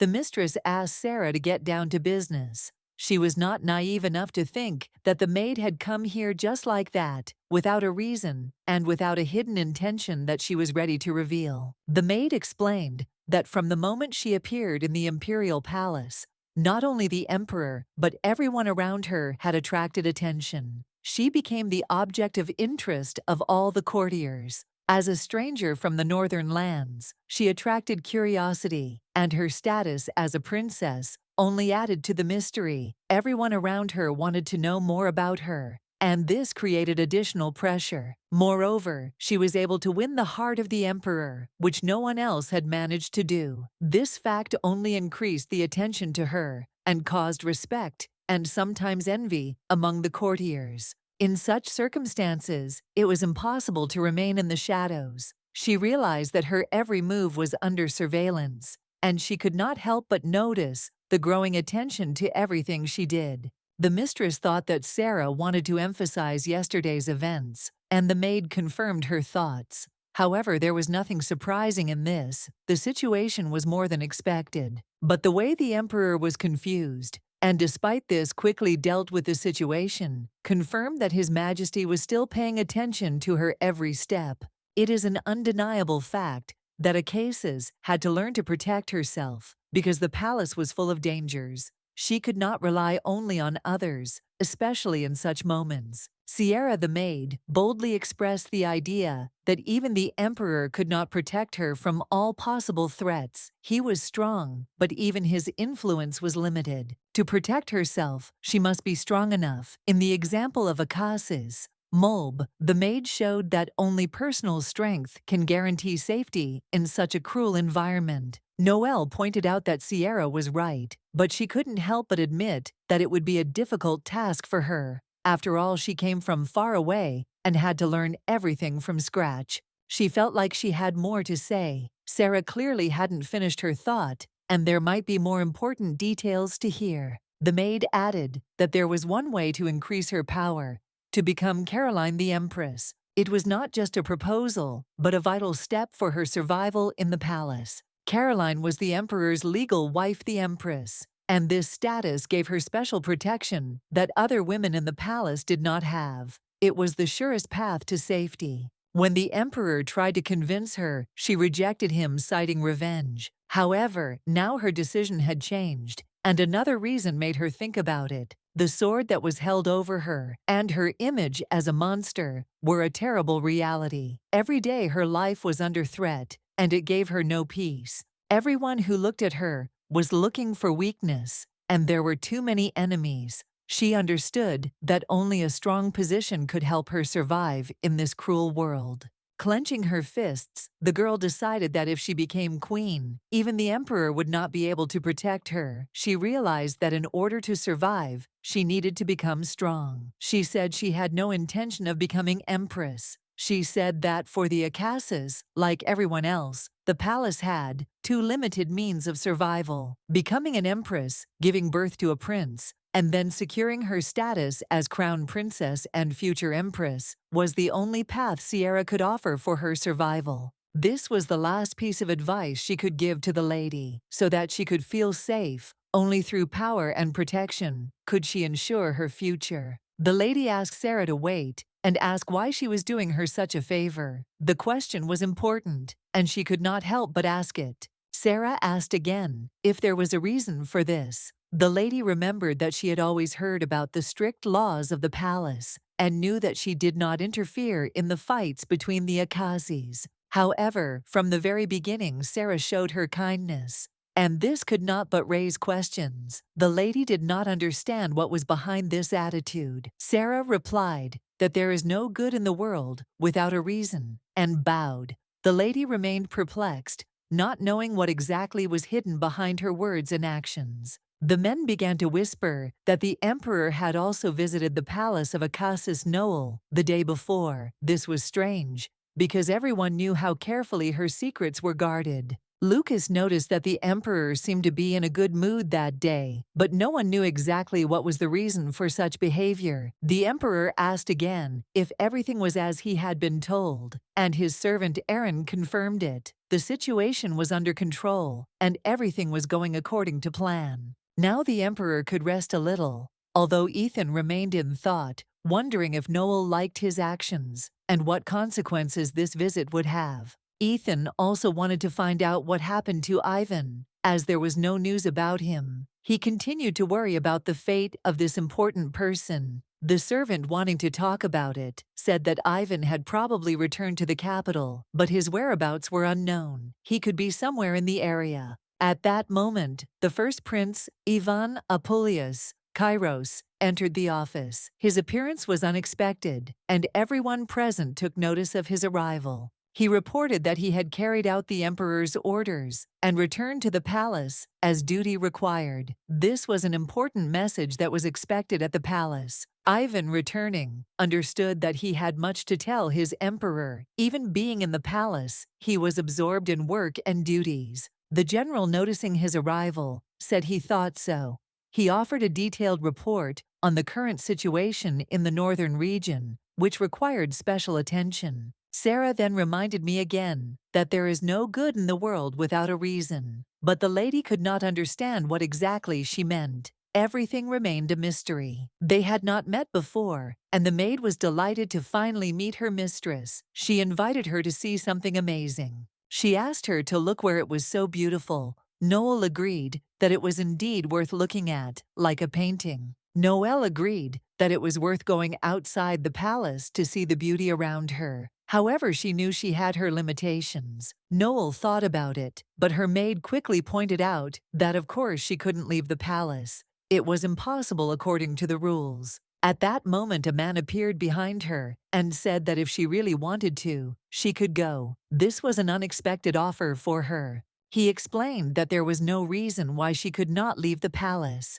It was a curious remark that made her think. The lady turned around, hearing footsteps behind her, and asked who was standing behind her. It was the first prince of Kairos, Ivan Apollonius. Kairos, and his appearance surprised her somewhat. Ivan greeted the lady with the utmost respect, emphasizing her status as a worthy representative of this country, showing respect for her high position. She, without showing any particular surprise, simply extended her hand, to which Ivan kissed it, observing all the accepted rules of etiquette and respecting her personal space. Ivan noticed that she remained the same as before, while the lady did not understand what he was talking about, not seeing the changes that he would like to note. Ivan said that they had not seen each other for a long time. The lady did not understand why he emphasized the length of their separation, and asked him to be more careful in his words so as not to offend her.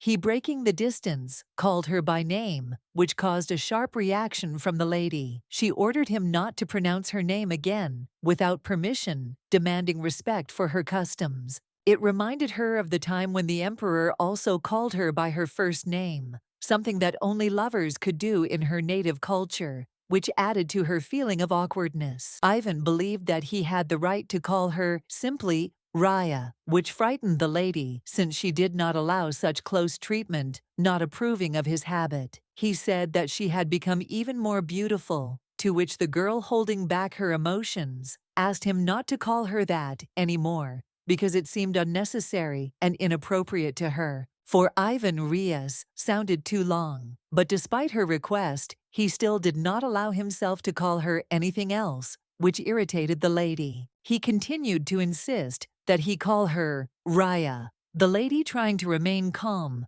replied that he could do as he saw fit, but she did not approve of such a dress. He felt that she had agreed, and ignoring her doubt, he bid her farewell joyfully, but he knew that her feelings were still unclear. Noel, turning to Ivan, reminded him that she was now an Akasis, a representative of the emperor, and that he was now a brother and subject of his majesty, and her patience was exhausted. She could no longer tolerate his disrespectful manners, and declared that this would not continue. Ivan was shocked and promised that such antics would only be temporary. But the lady, remaining adamant, told him that he should get out of her way and not interfere with her any more, to which Ivan only bowed, not knowing how else to react. Ivan was at a loss, not knowing what to say, and yet bowing low, he said that they would definitely meet again, hoping for the possibility of changing her attitude. He noticed that her severity knew no bounds, wondering how unyielding she was, which confirmed her firmness in decisions and dislike of his manners. Noel, meanwhile, was wondering if it was possible that His Highness had actually called her, and was greatly shocked when she saw him, not expecting to meet him in such a context. The lady asked curiously what was going on, to which the emperor replied that he had simply invited her to come in and look at the documents without revealing all the details of the situation. There were files on the table about Tortilla, including data on her arrival in Kairos. Noel felt that her participation in this case could be important for further actions. The emperor noted that the information could not be obtained except by going there in person and studying all the details. He also asked who exactly did this, assuming that he knew one person. Noel, asking again what he meant by love, immediately understood that the emperor could suspect her of jealousy, which surprised her greatly since she did not experience such feelings. She didn't understand what jealousy there could be, because those who had sworn allegiance to the emperor were General Lucas and Sir Aaron. It was unexpected for her that there was someone else. The emperor said that his words were not a joke, and assured that the people dearest and closest to him were his brother, who had never disappointed him with his devotion and loyalty. Ivan Kairos, the emperor's brother, was his support and support. The emperor had confidence in him, believing that he was always honest and never let him down in the most difficult situations. Remembering her father's words, that Emperor George's actions always had their own motives, she thought that the general should be prepared for anything, but in her heart, she still believed in her brother.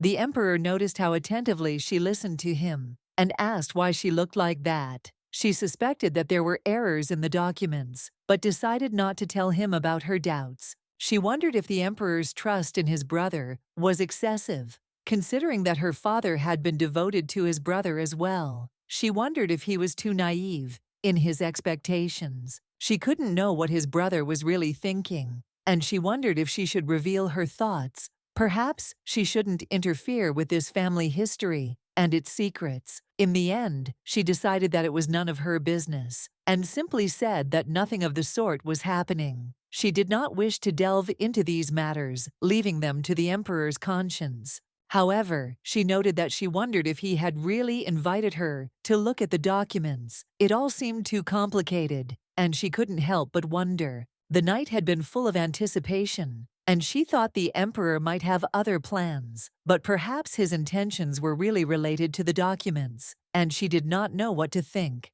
The emperor, approaching her, suddenly grabbed her in his arms, saying that perhaps this was the reason for her visit. He decided that she deserved a little attention and care. He carried her to his room and remarked that he was interested in how she would like the gifts this time, hoping that they would leave a pleasant impression and be received with joy. The lady smelled the roses, and her face flushed with embarrassment. She was touched by his attention, but at the same time, she felt awkward because of such obvious signs of attention. The emperor smiled and said that he would stop there. However, it seemed that this time she really liked the gifts and did not hide her pleasure. The lady, despite her embarrassment, noticed that there were too many roses, and the palace was filled with their fragrance. Everything around seemed to be engulfed by this smell, which barely left room to breathe. The gentleman, noticing the smell coming from her body, said that it was probably the same aroma that surrounded her. This confirmed that her attention was completely on his gestures. He asked if her body was okay, but the lady replied that she did not care about the pain. She was always ready to take responsibility for her decisions, despite the inconveniences that arose. She understood well that all the consequences of her decisions lay on her conscience and holding back her emotions. She asked again what he was talking about, trying to understand the true motives of his questions. Ethan said that she would soon discover a new world that he said would be unlike anything she had experienced before, promising her incredible sensations and experiences. The emperor asked again if he had woken her. The lady replied that he had not. She had not yet woken up, which meant that she could sleep a little longer if she wished. He added that if she wanted to continue to rest, she could close her eyes and go back to sleep. Noel, however, reported that she found it difficult to breathe when he was on top of her. She noticed that she woke up early at dawn. She was interested in what the emperor usually did at this time. She wanted to know what he did every morning while the rest of the world was still asleep. The emperor said that he usually practices fencing in the morning. If Lucas is already awake, they fight each other, practicing their martial arts skills. She said that she would like to watch these trainings too, especially the battle between the emperor and General Lucas. She would love to see them fight. She also admitted that she had never seen the emperor hold a sword in his hands. She had never witnessed his martial arts, and that was what really interested her. The emperor is said to be the best swordsman. He himself remarked that he would also like to see how she holds a sword, to see how she would cope with such a weapon. She asked again in surprise if he was joking. The lady laughed, but her eyes sparkled with genuine interest. It was unexpected, and she herself did not know what she was really thinking. Then she remembered how she had once held a dagger in her hands. This experience was important to her, and it was connected to the memory of her past trials that she could not forget. The lady asked the emperor why he had not inquired about what had happened that day. It was an important moment for her, and she was curious why he had not yet brought it up. The emperor, clearly not understanding what she was talking about, asked her why she had suddenly come up with such an idea. Regardless of the reason, she remained loyal and devoted to him, but she was still curious. She noticed that the rumors about her, although scary, were greatly exaggerated. Bad stories are always distorted, but she always believed that the situation itself was worse than its descriptions. She said that they tried to kill her, and that was almost the same as murder. There was no need to talk about it in so many words, because she had been through a lot, and it was hard to argue with that. The emperor reminded her that it was he who had ordered that the wound not be left on the body. She obediently followed his instructions as always, but that did not mean that she was completely calm about it. The gentleman could not understand what else he needed to ask his woman. He felt that everything had been said in their conversation, and he did not know what else to answer her. Noelle hugged him, smiling. She remembered her father's words when he first gave her a sword. It was a moment that would always remain in her heart and define her attitude towards weapons. Her father had told her that a sword, like any weapon, could take someone's life. She had to handle it carefully, keeping in mind the consequences of each blow. He was always on the front lines of war and claimed that killing brought remorse. These words remained in her memory as an important lesson from the one who was her mentor and hero. If the moment came when she had to kill, she would think twice. Finding a way to solve a problem without violence was a vital part of her upbringing and her philosophy of life. He didn't want to put such a burden on her, but she couldn't follow all his instructions, no matter how hard she tried. These thoughts did not give her peace because she was herself. In reality, it was all just self-preservation. She acted not out of malice, but out of necessity, protecting herself and those dear to her. Noelle savored the moment of holding a sword in her hands. For the first time in a long time, it was a strange feeling, but it gave her a sense of power and control that she hadn't had in a long time. In Tortilla, she had to use the sword in extremely stressful situations. But even in those moments when she had to defend herself, this feeling gave her confidence. As she swung her sword, she felt her mind losing its clarity, and she was afraid that it would be visible to others. It was a strange feeling, and she was not sure how it would be received. The emperor thought that she was not too dependent on the looks of others. She was a strong woman, but she felt insecure, and he noticed this despite her confidence. She replied that it was not so. What scared her most was that the emperor, having seen her dark side, would start to look at her differently, that he might change his attitude towards her. The gentleman said confidently that this would not happen. She was a Cassis, the daughter of the god of war. Her red hair resembled a sunset, and her eyes were like rubies, unusual and beautiful. Noelle Reyes, with eyes redder than rubies. She couldn't be a monster, and if anyone was wrong, it was him, because he couldn't protect her at the right moment, and she was forced to act. The lady asked him about it, but the emperor said that this place was often the site of assassination attempts on emperors and their descendants. It was hard to survive here, and they knew that it was so.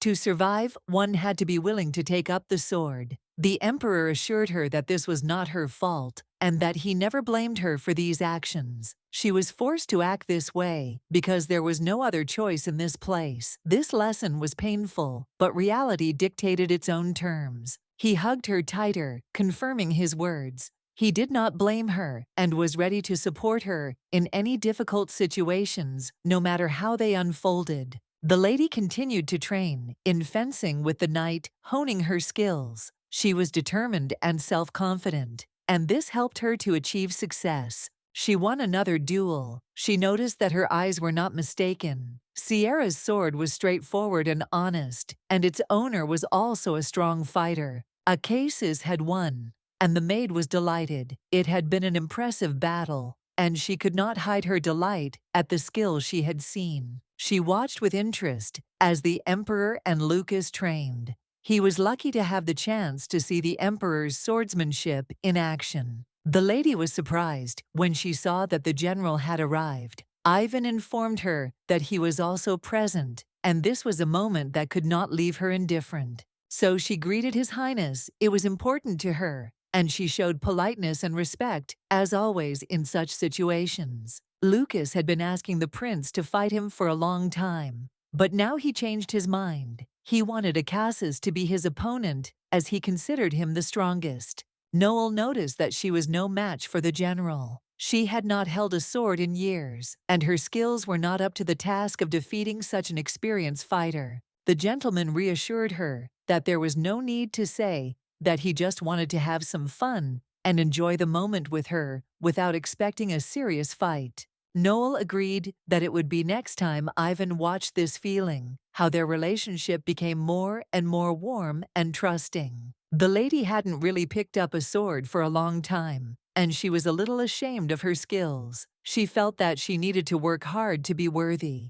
She decided that once she had honed her skills, she would ask the general to fight her herself. He noticed her determination and suggested that they fight next time. The lady didn't mind. She said that if they were to fight, they would have to make room for his duel so that everything would be done properly. Ivan asked about fighting him. He was willing to offer himself to evaluate her skills and see how much she had improved during this time. He said that he was probably the best person for the task because he could help her assess how well she had mastered the sword and how ready she was for the challenge. Noel was surprised and asked what he meant. Then Ivan noticed that she seemed worried and afraid that she would not be able to win the upcoming fight. Ivan added that everyone has such doubts, and Noel, it seems, does not even understand why he speaks such a strange and unusual language for her, like the language of tortilla. Noel asked him, puzzled, if he didn't think that because he had spent just one day near the war in the north, he was now ready for any test and did not value his life. Ivan calmly noted that such experiences were normal, and so the lady pointed out to him the need to remain silent and draw his sword to begin training. The gentleman said that he seemed to be reminiscing about old times and called her Ria again, as he had in the past, which did not go unnoticed and surprised Noel. Noel smiled and told him not to try to cheer her up. She tried her best, but despite her best efforts, she couldn't beat him in this fight. Ivan said that anger creates a gap in her defenses, and she needs to be careful and vigilant because emotions can weaken her at the most critical moment. She, of course, did not forget the words of her mentor, who warned her about the importance of controlling her feelings so as not to become vulnerable in battle. That same day at Lady Sua's, the lady began to suspect that something was wrong with Noel. Her behavior and mood were clearly not in order, which caused concern. The lady asked again what was going on, and Sua, having carefully examined her, noticed that the girl's face clearly showed signs of a bad mood, which could not go unnoticed. Noel said that nothing like that happened, but Sua added that the girl kept dropping things and her face turned pale, which was really alarming. Noel explained that her mood is not that bad. It's just that one person is causing her unpleasant feelings that she can't hide. The lady was surprised by her words, but Noel confirmed that despite everything he does, she simply does not want to see him anymore and does not want to communicate with him. Sua thought that it was probably related to Eris's Acasis, but the lady quickly dismissed this idea, saying that the reasons for her dissatisfaction lay elsewhere. She added that it was a different person, selfish and cowardly, and it was the one who had greatly disappointed her by causing such strong emotions. The woman noted that if she really thought so, then the reasons for this must be very compelling, and she probably had her own explanations for it. However, Sua advised against showing her emotions so openly, as it could be dangerous and could affect her attitude towards other people. The lady asked her what she meant, and Sua explained that she was one of those people whose emotions were easily read on her face, and this could be her weak point. Sua expressed concern that this could harm her in the future, especially in situations where she needs to remain calm and not show her feelings outwardly. Noel said that despite this, She tries to control her emotions so as not to show them too clearly in her communication with this person with whom she has a tense relationship. The lady thought that she should become as calm and balanced as Lady Sua, so as not to let her emotions influence her behavior. The lady said that she was quite calm at the moment, but Noel disagreed and felt that she was actually much more nervous than she would like to be. Incidentally, the towel she was currently wearing was made by Heather, and Noel noticed it right away because the fabric was really high quality. Noel added that she immediately noticed Heather's signature work and agreed that it was indeed her style, as the fabric was very nice and high quality. It was her favorite fabric. Heather really put a lot of effort into making this towel, and it was just like her, to always try to do everything to the highest standard. The soft fabric that was so popular in Carrie Rose's social circles was known for its unusual texture. Noelle had heard that its production was an art and a labor-intensive process. She had a few rolls of the fabric herself, too, so she could pick out her favorite color to make something similar for herself if she wanted. However, Noel refused, saying that there were already dozens of rolls of silk in the warehouse, and she did not need more, especially since the choice was already too large. Swa assumed that these fabrics were a gift from Her Majesty, and the lady confirmed her guess, explaining that it was indeed a gift from the king. Noel was a little embarrassed, and when Swa asked, she said that everything was fine, although it was clear from her reaction that she had not asked the king about what kind of relationship they had. Noel confirmed that she doesn't really care what people think about her relationship with the king, because for her, it's not the most important thing in life. She admitted that she might have her reasons for doing this, and that you can't always get what you want, even if you really want it. Noel would be lying if she said she wasn't curious. But at the same time, she knew that her relationship with this man was far more important to her than any rumors. She noted that if everything were the way she wanted, she would hardly feel the way she does now, when everything around seems tense and difficult. She remembered how she fought with Ivan, how hard she tried to defeat him, but he turned out to be much stronger and was able to win despite her efforts. He defeated her, and the father noted with surprise that this guy really knows how to fight, and the victory over his daughter was not an accident. This boy, who easily defeated his daughter, was a man who could have become a great warrior, but his name remained unknown to many. Jade thought that perhaps he would like to become his disciple, as this young man had unique abilities and prospects for the future.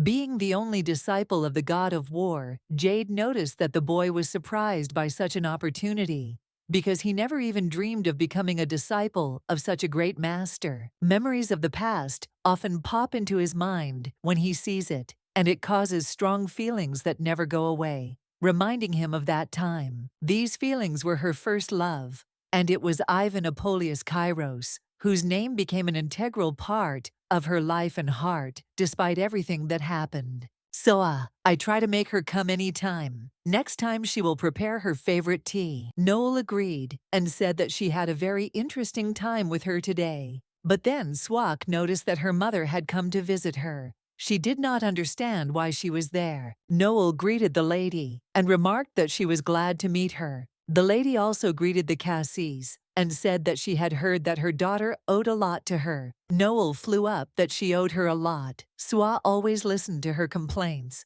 Swa turned to her mother and said that it was rude, but her mother said that it was okay. The girl believed that, nevertheless, her mother was wrong. Noel was noticed, because if it were not for her, she would be very lonely, so she is very glad that she has a good friend. The Duchess said that after this, when her daughter began to speak, she lost her smile, but at some point she began to smile again. She means that it happened after meeting a Cassis Noel. The girl said that her mother's words were true. Mother didn't tell anyone, but she worries day and night so that she doesn't suffer anymore. Noel noted that it was difficult for her, but the woman said that she could only thank a Cassis Noel. The Duchess said she would certainly repay her favor. The lady said it was not necessary, because it was not a favor at all. She says, "You told me that this means they will always protect Mrs. Noel." The Celtics promised to protect her, and the lady assured her that in the future, a situation would definitely arise when they would be able to show their help and support her at the right moment. At that moment, she asked Noel to always remember their family, as their support would be invaluable in any circumstances when she needed help. As long as the Celtic family exists, Aka says, Noel will never be alone in Kairos. Her family will always be there ready to help at any time. Noel replied that it was not worth exaggerating so much, and that she did not need to pay for such favors. She believed that the Duchess did it more out of duty than real need. However, it would be extremely impolite and rude to refuse the Duchess her favor and not accept her offer, as this could lead to discontent. Noel remembered the words that the Celts would always be with her. These words left a feeling of confidence in her heart that she would not be alone no matter what. The servant, turning to Ivan, noted that he was apparently in a very good mood today, but the master replied that this was not so, which caused the servant to panic a little. It was obvious that General Lucas was serious in his intentions. Aaron, standing next to him, greeted His Highness, expressing respect for the high military command. He then turned to the general to greet him as well, showing respect for his superior and maintaining an atmosphere of mutual respect. The servant was surprised and noted that despite Lucas's high status as a general, he still had to respect the imperial family, especially in such official situations. The prince, reassuring the servant, said that everything was fine and that he should not worry, because his relationship with General Lucas was at a high level of mutual understanding. Ivan was on his way to see His Majesty the Emperor when Lucas, addressing him, mentioned that he had heard about the recent fight with Akasis Noel, which piqued his interest. He wondered if it was possible that they had met her before, as it was surprising how clearly and harmoniously they repelled attacks in battle, demonstrating a high level of skill. Lucas became angry, declaring that he was only telling the truth and did not understand why his remarks could be taken with doubt. He was confident in his observation. Those who saw them in battle immediately realized that they had fought together many times. And what is important, they were not just training partners, but were close as the Emperor's only beloved. The first prince's servant, hearing such words, was stunned and asked what kind of nonsense he was talking about, not understanding what could have prompted the general to voice such revelations. Ivan asked Colin to calm down. He knows what is bothering the general and the assistant. Aaron was sure that he didn't know what kind of attention she was getting in the palace, or what the situation was like now. In every place she passes, invisible eyes and ears focus on her. Not long ago, before His Majesty's eyes, there was even an attempt on her life. Provoked in broad daylight in the imperial palace, they forced her to clash swords with the first prince of Kairos. He does not know that this could put her and even the emperor himself in danger. They certainly do not know where the relationship between the two of them was when His Highness arrived in the north. Well, the eyes and ears of the imperial palace are open always and everywhere, even if they are not visible. Ivan said that it seemed he had made a mistake. He understood perfectly well what they were worried about. Aaron told the prince that if his mood had worsened, he asked for forgiveness. The prince said that they were saying this out of loyalty to the emperor, so he had nothing to say, but it was time to go. His Majesty was calling him.